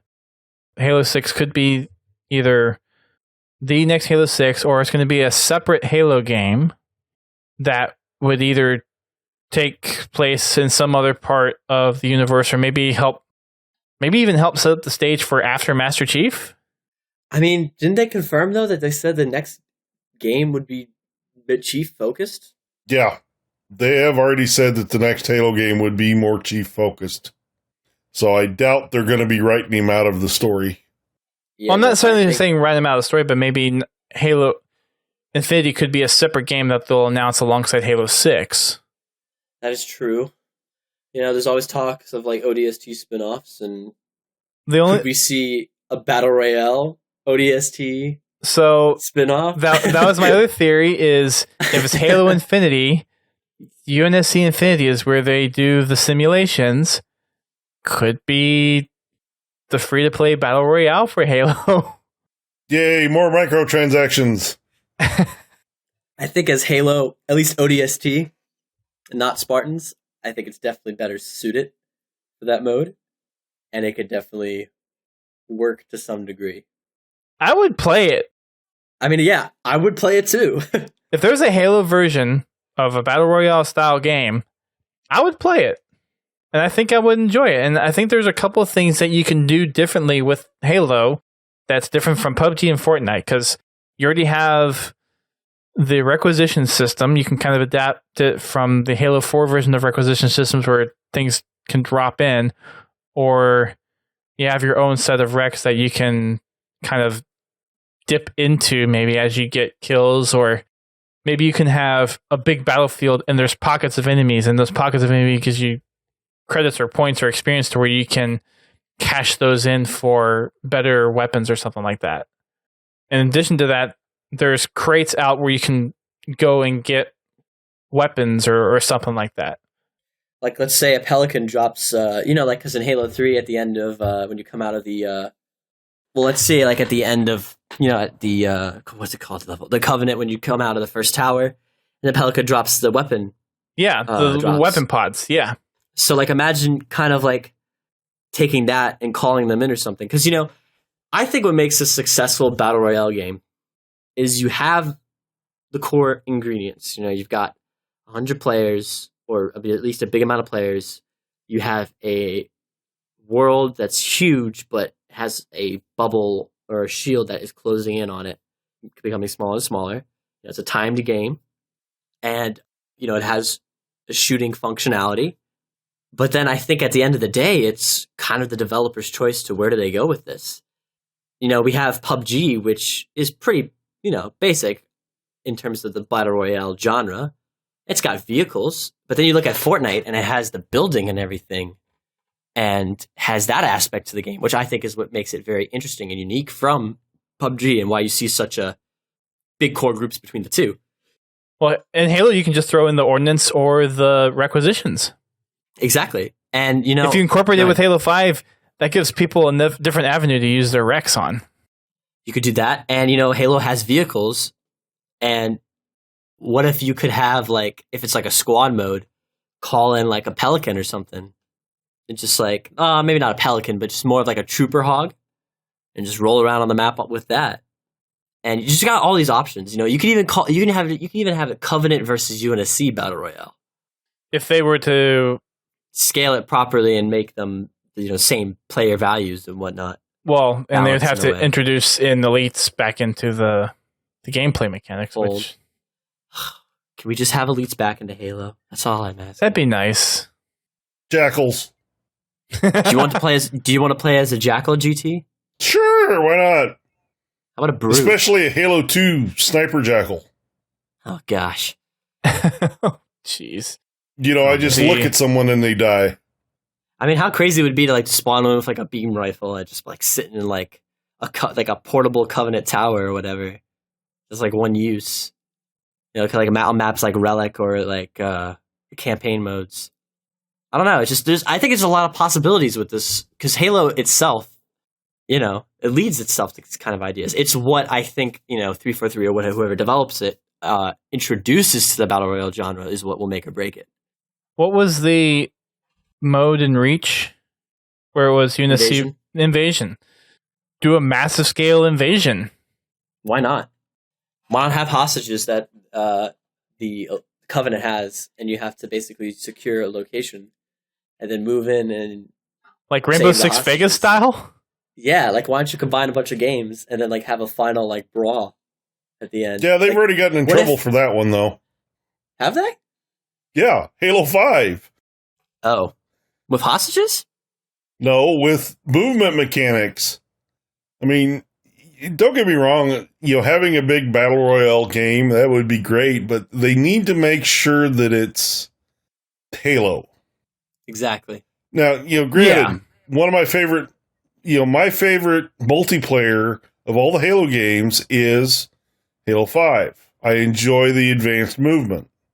The ODST thing is a good idea, especially drop pods. Uh-huh. If they do that, they need to find something that makes sense for Halo. And the invasion type deal is actually a pretty good one. I like that idea. Because in Reach, I loved playing invasion. I liked playing it too when I was being spawn killed. So in Fortnite, they had the 50v50 for a while. So if they were to introduce elites back into the multiplayer scene, then you could do... I mean, they might do Spartans against elites because elites technically have shields, and that would be a little bit more even playing field, but you could do something like that. ODSTs. Oh, jeez.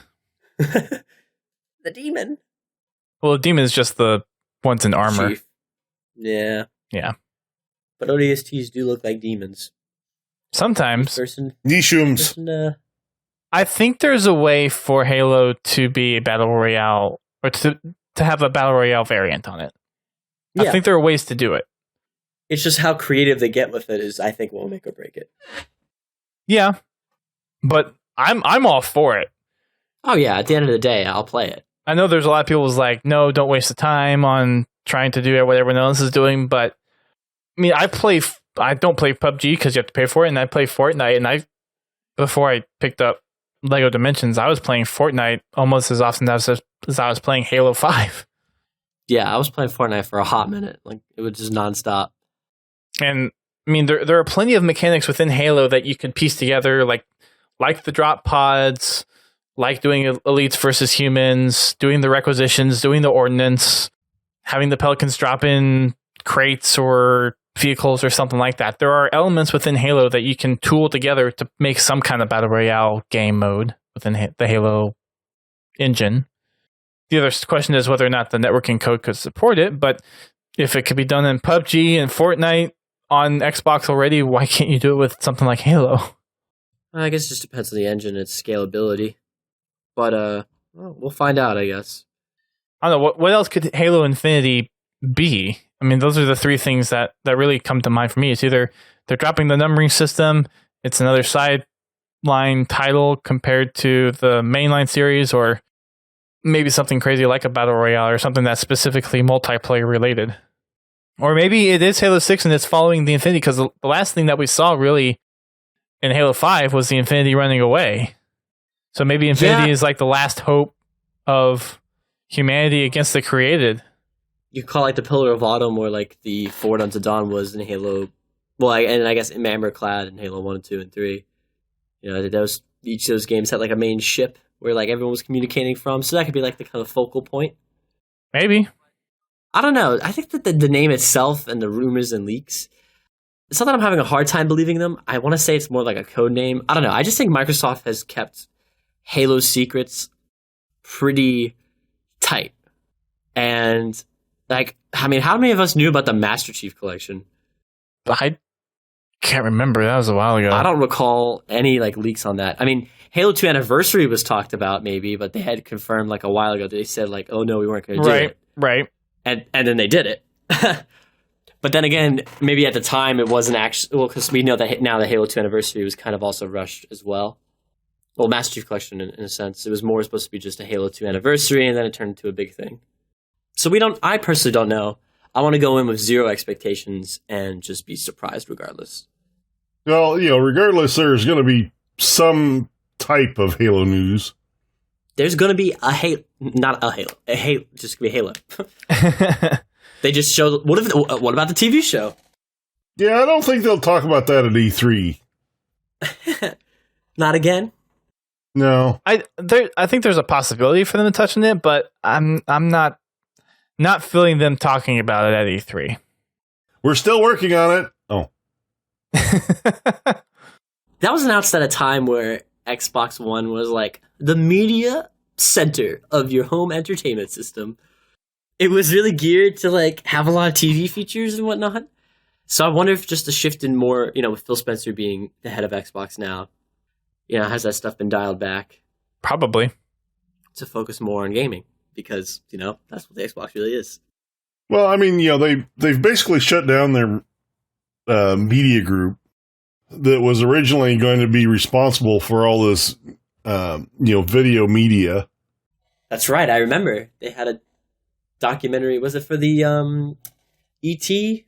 Atari game, I think? I want to say that's what it was. Yeah. They had a documentary about that. So I didn't know they closed it, though. Shortly after they finished production on that, they shut down their media. Well, at least the video portion of it. Yeah, the media studio. And, that put a damper on the Halo TV show because, they were probably going to be the ones producing it. Probably. Well, now it's Showtime, isn't it? Yeah, I really hope that they put it somewhere other than on Showtime. Yeah. Well, it's probably airing on it, and then it'll be released afterwards. On like I said. Kind of like how Florida to Dawn was on YouTube, right? Well, and that was the thing, right? Was it YouTube? Was it YouTube? I remember it like being on Machinima. Like it was like through Machinima, maybe? Yeah. I don't know. Well, and then Nightfall was that was like exclusive through the Halo channel. Yeah. To start. The Halo channel? Yeah. I completely forgot about that. Yep. Sorry to bring that memory back.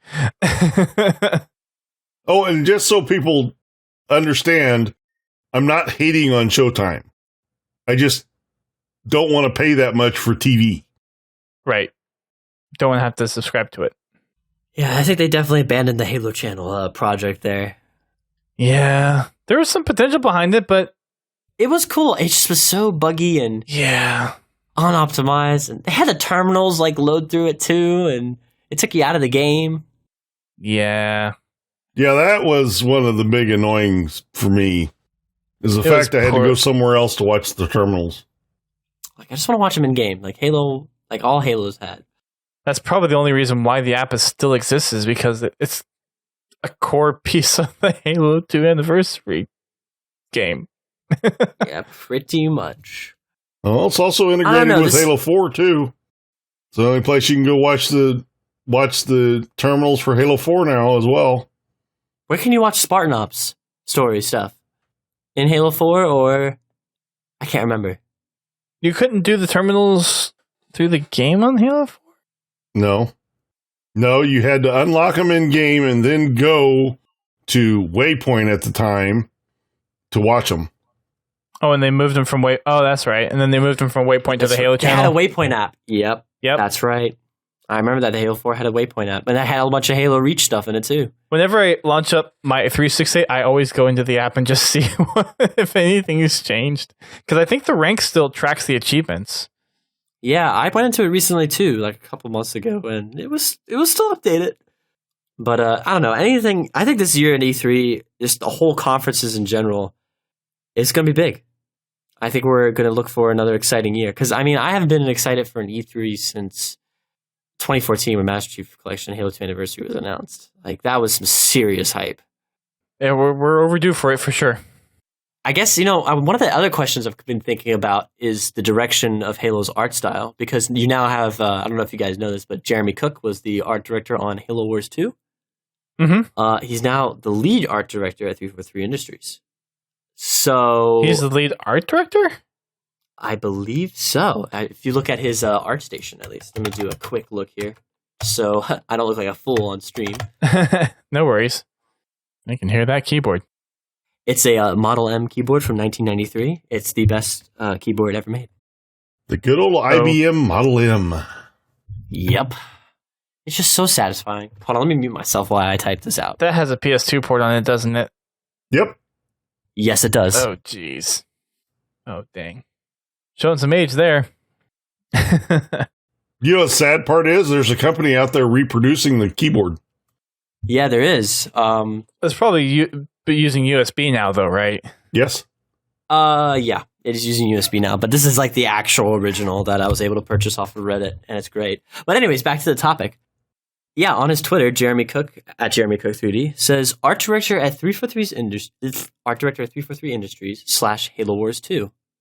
I must be thinking of someone else. Then I must be confusing Jeremy Cook with someone else. Is he the Ascended Justice guy? One of them? Say that again? Was he one of the Ascended Justice guys? I don't know. Okay, I might be confusing him with someone else. Well, anyways, yeah, on the Halopedia, he's the production designer and art director at Microsoft Studios. No, okay, yeah, okay. I'm thinking I was confusing with someone else. Yeah, okay. I've met Jeremy Cook too. What the heck? Yeah, this was like this is I think after PAX, like when we went. This happened between now and then.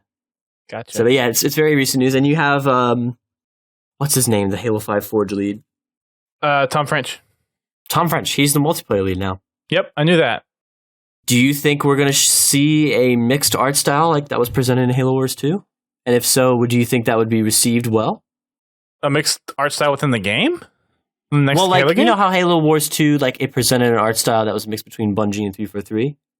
No, but go on. Well, a lot of the styles in Halo Wars 2, in terms of like Covenant, elites and like grunts and Spartans, you'll notice that some of them will have 343 designs, but also be mixed with older Bungie designs as well. I mean, if you look it up, I mean, it is definitely kind of it's not Halo 5 or 4, but it's not 3 or Reach. It's its own thing. But what I think would be cool is if they could definitely continue with the blend to unify the two art styles, kind of in a sense, unify the two groups of people. Do you think we could see that with the next Halo game? Maybe. Well, the community has been demanding going to the older art style, so it's entirely possible. I think that has had the most vocal discussion more so than gameplay, if I'm honest. No, I think Sprint still wins out on that one. Well, yeah, okay, maybe Sprint. Definitely trumps that, maybe. Is it really art style or is it architecture? Like the way some of the environments are created? Well, it's not more so the environments; it's more the fractions of Halo. You got the Covenant and the UNSC. The UNSC in Halo 4 and 5 have a very non-aliens look to them, but the original trilogy has more of an aliens look to the Marines that are very distinct. It's aesthetic. Yes, there we go. All-encompassing aesthetic. There we go. Okay, yeah. I could see it being mixed then, because I do like some of the art style kind of more like Halo 3 that they did. But then again, like Chief's armor in like 4 and 5 is really good too. And 5, yeah. It's iconic enough at this point. So who knows what we'll see. Well, the elite models I've liked better from Halo 3. I think they were more... Halo 2 is my personal favorite in terms of Covenant. Just because you got to see more of them and they were very fleshed out, I guess. I don't know. They look like dinos in Halo 3. They're still good. I mean, Halo 3's art style in terms of Covenant. Yeah. Or aesthetic. There we go. Right word. Right. is very, updated Halo 2, but with a little more modifications and design decisions. At this point, I think we just all want something more recognizably Halo, but at the same time, a lot of the stuff that 343 has introduced is actually pretty recognizable for Halo. So I think it fits within kind of what's expected for Halo, but you still have some of the traditional style things that people are a little more attached to. Exactly. So I think if they bridge the two together without compromising one over the other, I think that could be very positive for the community to talk about. For sure. Yeah. I don't think there's anything else like to really speculate on. Yeah, there isn't too much we really know. I mean, not really. I mean, even with this update that they came out with today, they had E3, but really nothing was mentioned. No, not really. It's an open bag at this point, and I'm looking forward to it. Unfortunately, I'll be at work working a dinner party at the time of the stream. Oh, no. So it's going to be hard. Oh, I'll probably wind up having to watch it on replay as well, so. I'm going to have to sneak to the bathroom and, like, go at certain times. Honestly, I think it could either open the show or end the show. Because if I was Microsoft and I knew a lot of Halo fans were interested, or at least a big majority of the gaming industry was interested in what Halo was, what's in store for Halo, I would definitely make them wait and watch everything else until the end. If I was being a strategic person. I would think it'd be closer to the end, too. I mean, in the end past, of a bang. Any Halo information has usually been in that last third of the show. Mm-hmm. I mean, like what Halo 4's announcement was, really towards the end. I think it was the end of Halo, or the E3 conference of 2011 or 2010, when they revealed him like floating out of the Infinity. I mean, Forerunner Dawn. My bad. You're good. I just corrupted. I just made everyone sad. No, you're fine. With the non-rampant Cortana at the time. I don't know. I just really don't know what's going to happen with the story, and I want there to be a Halo ring in the Halo game. That would be cool. There should be. I mean, it's called Halo for a reason. I'd really like to have story in my Halo game. No. Oof. He went there. He went there. He went there. Personally, as someone who's never grown up with the books, I don't want to go into the books to figure out what's going on with the story. Well, that's just it. In 1, 2, 3, and Reach, you really didn't need to go into the books to get the gist of the story. Halo 4, on the other hand, took it to the extreme where you needed to read the books to understand what was going on. And, of course, the community backlashed about that. So in Halo 5, they went complete opposite end of the spectrum and put a story in there that had nothing to do with what they advertised. Well, there's also just the lack of cutscenes in general in Halo 5 was really, and they left all this, almost all the story in the books. Yeah, and they really didn't tell the story that they advertised in any of the books. That was a big problem. I like Halo 4 had a good, high quality story for sure. The only problem with it is so much leading to it was in the external fiction. For me, I feel Halo 4 story is great, but its biggest strong point is Chief and Cortana. I think that if the Didact was more fleshed out in the game itself and actually told who he is and what all that is, because he kind of just appears as like the big baddie. But, your focus really is just, and the story is Cortana Chief. You just want to get her home, to get her fixed. Right. And I felt that should have been played up a little bit more. Shoulda, woulda, coulda.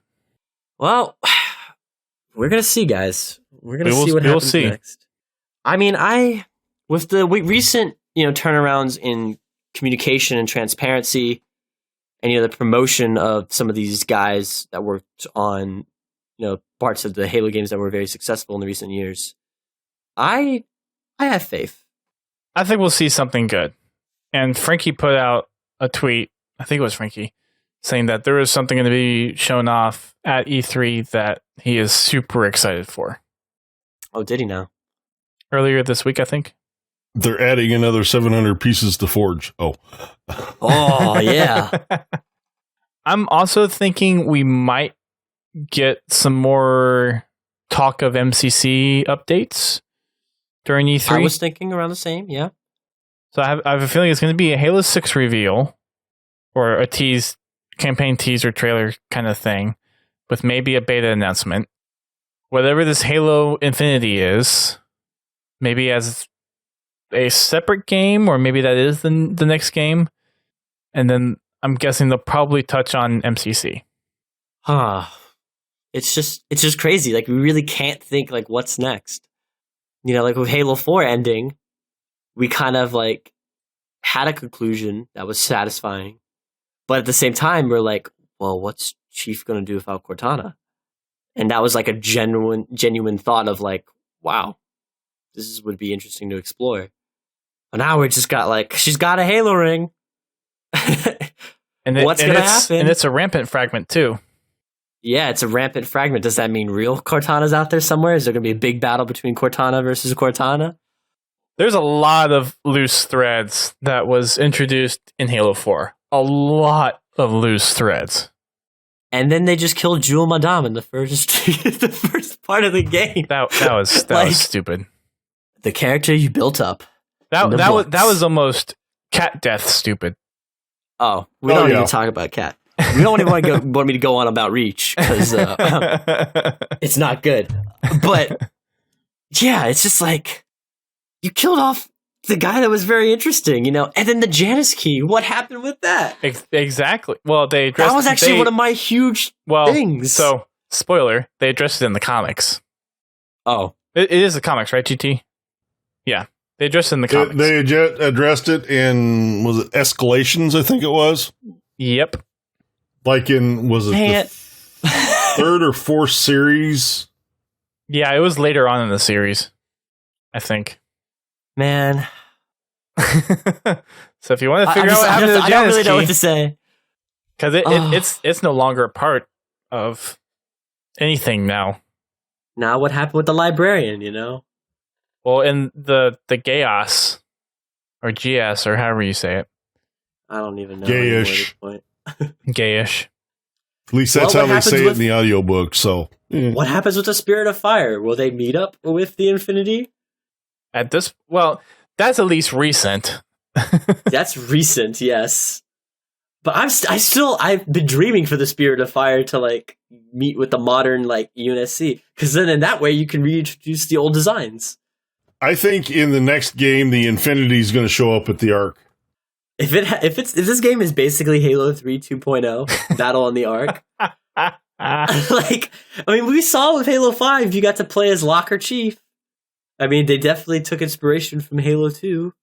Well, I mean, you have the domain, you have the precursors, the Mendicant Bias, where you at, homie? The Star Roads.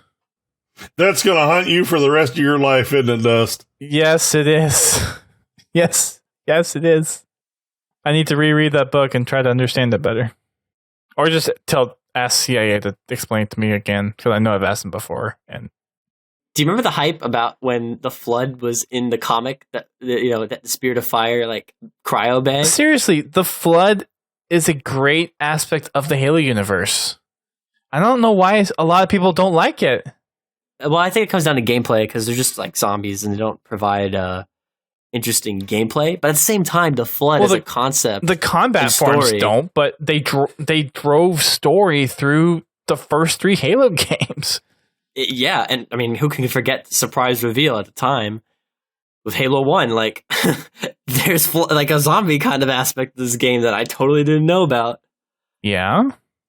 I mean, imagine a Halo 6, you think you're done, and then you just hear that sound that they make, and it just sends that chill down your spine. They're back through Halo Wars 2. Granted, they're isolated to the Ark right now, but...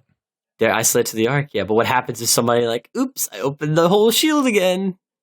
Yeah, I don't know. There's just so many threads of story at this point. There really is. Where can they go? Where do we go now? Yes, I know they will change the sound, which is what makes me sad. Anyways, it is late. It is very late. We have rambled and talked and had great discussions. It's been a good night. It has. Sure. Bean, thank you for being on the show again and telling us a little more about the latest developments of Installation 01. Thank you, Dust and GT. It's been a great pleasure. I love doing these kind of things. And hope we can continue doing something like this in the future. You know, maybe of course, play test or something. You never know. I was almost around for the last play test, but I had other house stuff that I was doing.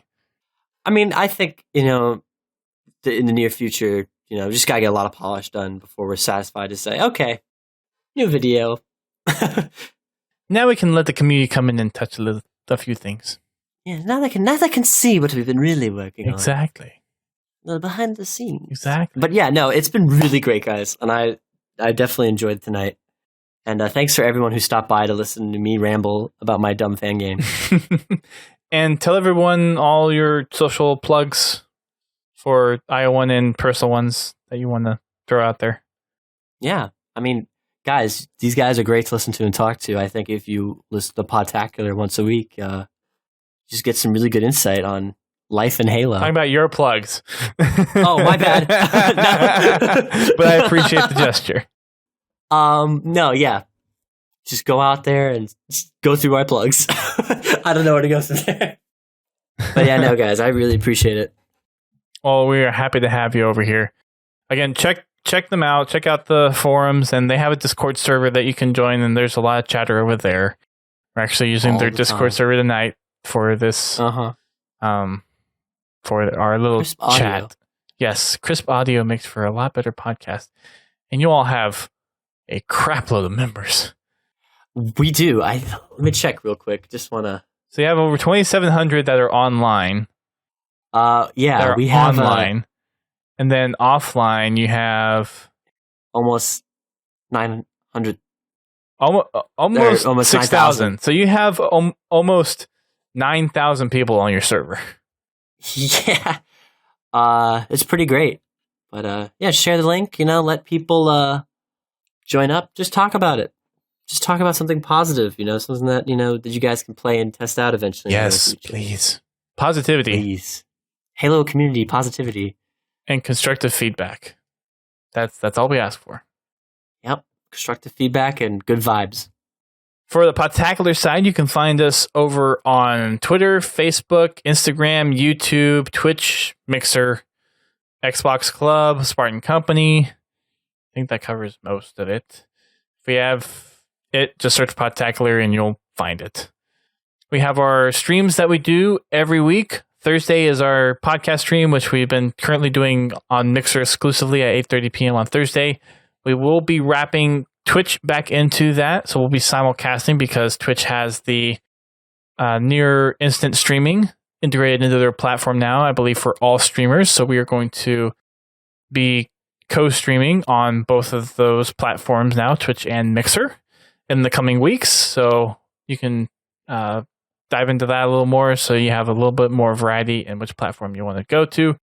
We also have our Fragging Fridays, which are hosted by Godzilla T, and as you guys heard at the beginning of the show, have been having some great turnouts, usually lobby's choice, depending on the size of the lobby, so big team, Warzone, customs, that kind of stuff, all in Halo 5, so make sure you check that out on Friday, and then I stream on Sunday evenings, and that's where I've been doing my achievement hunting lately.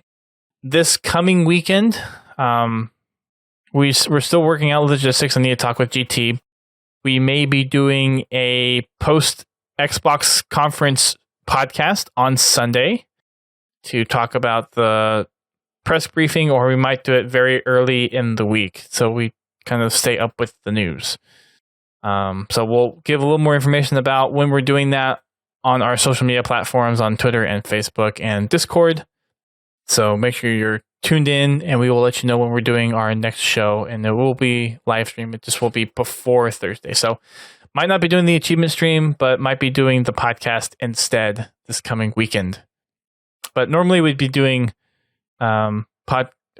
achievements on Sunday nights at 10 p.m. with me and some other folks. Can you has Recon Blue Spartan? Yes, everyone should have Recon in Halo 3.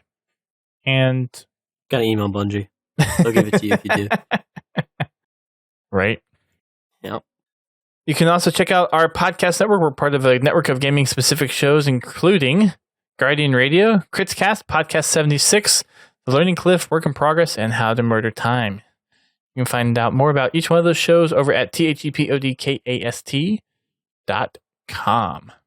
You have 1 week, technically 8 days, but 1 week to get the last Halo Legendary Crate for this year. It is Truth Foretold.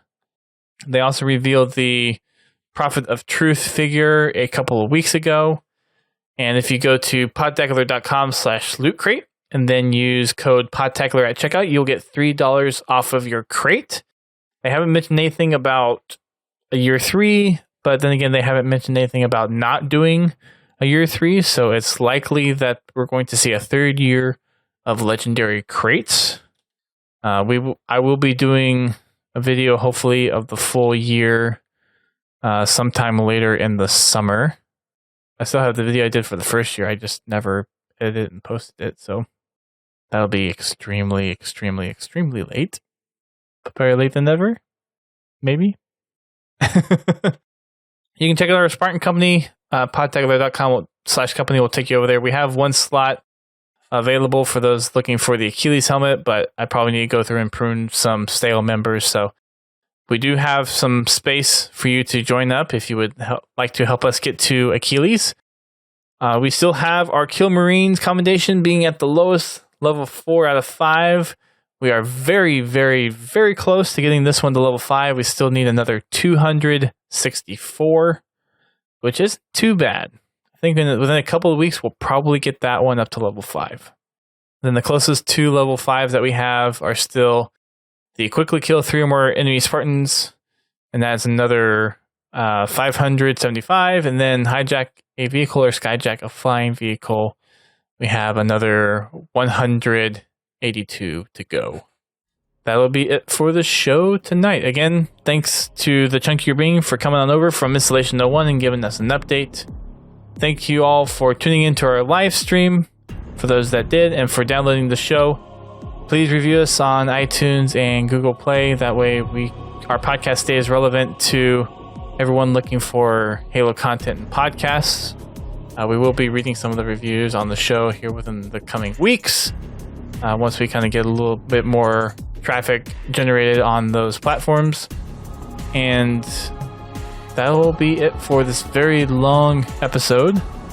Hope everyone has a fantastic weekend. If you're part of the Insider program, then enjoy the Halo 3 and hope to see some streams this weekend. For those that don't catch the streams, you will not be disappointed. On behalf of the TheChunkierBean and Godzilla T, thanks everybody, and keep on fracking them trucks.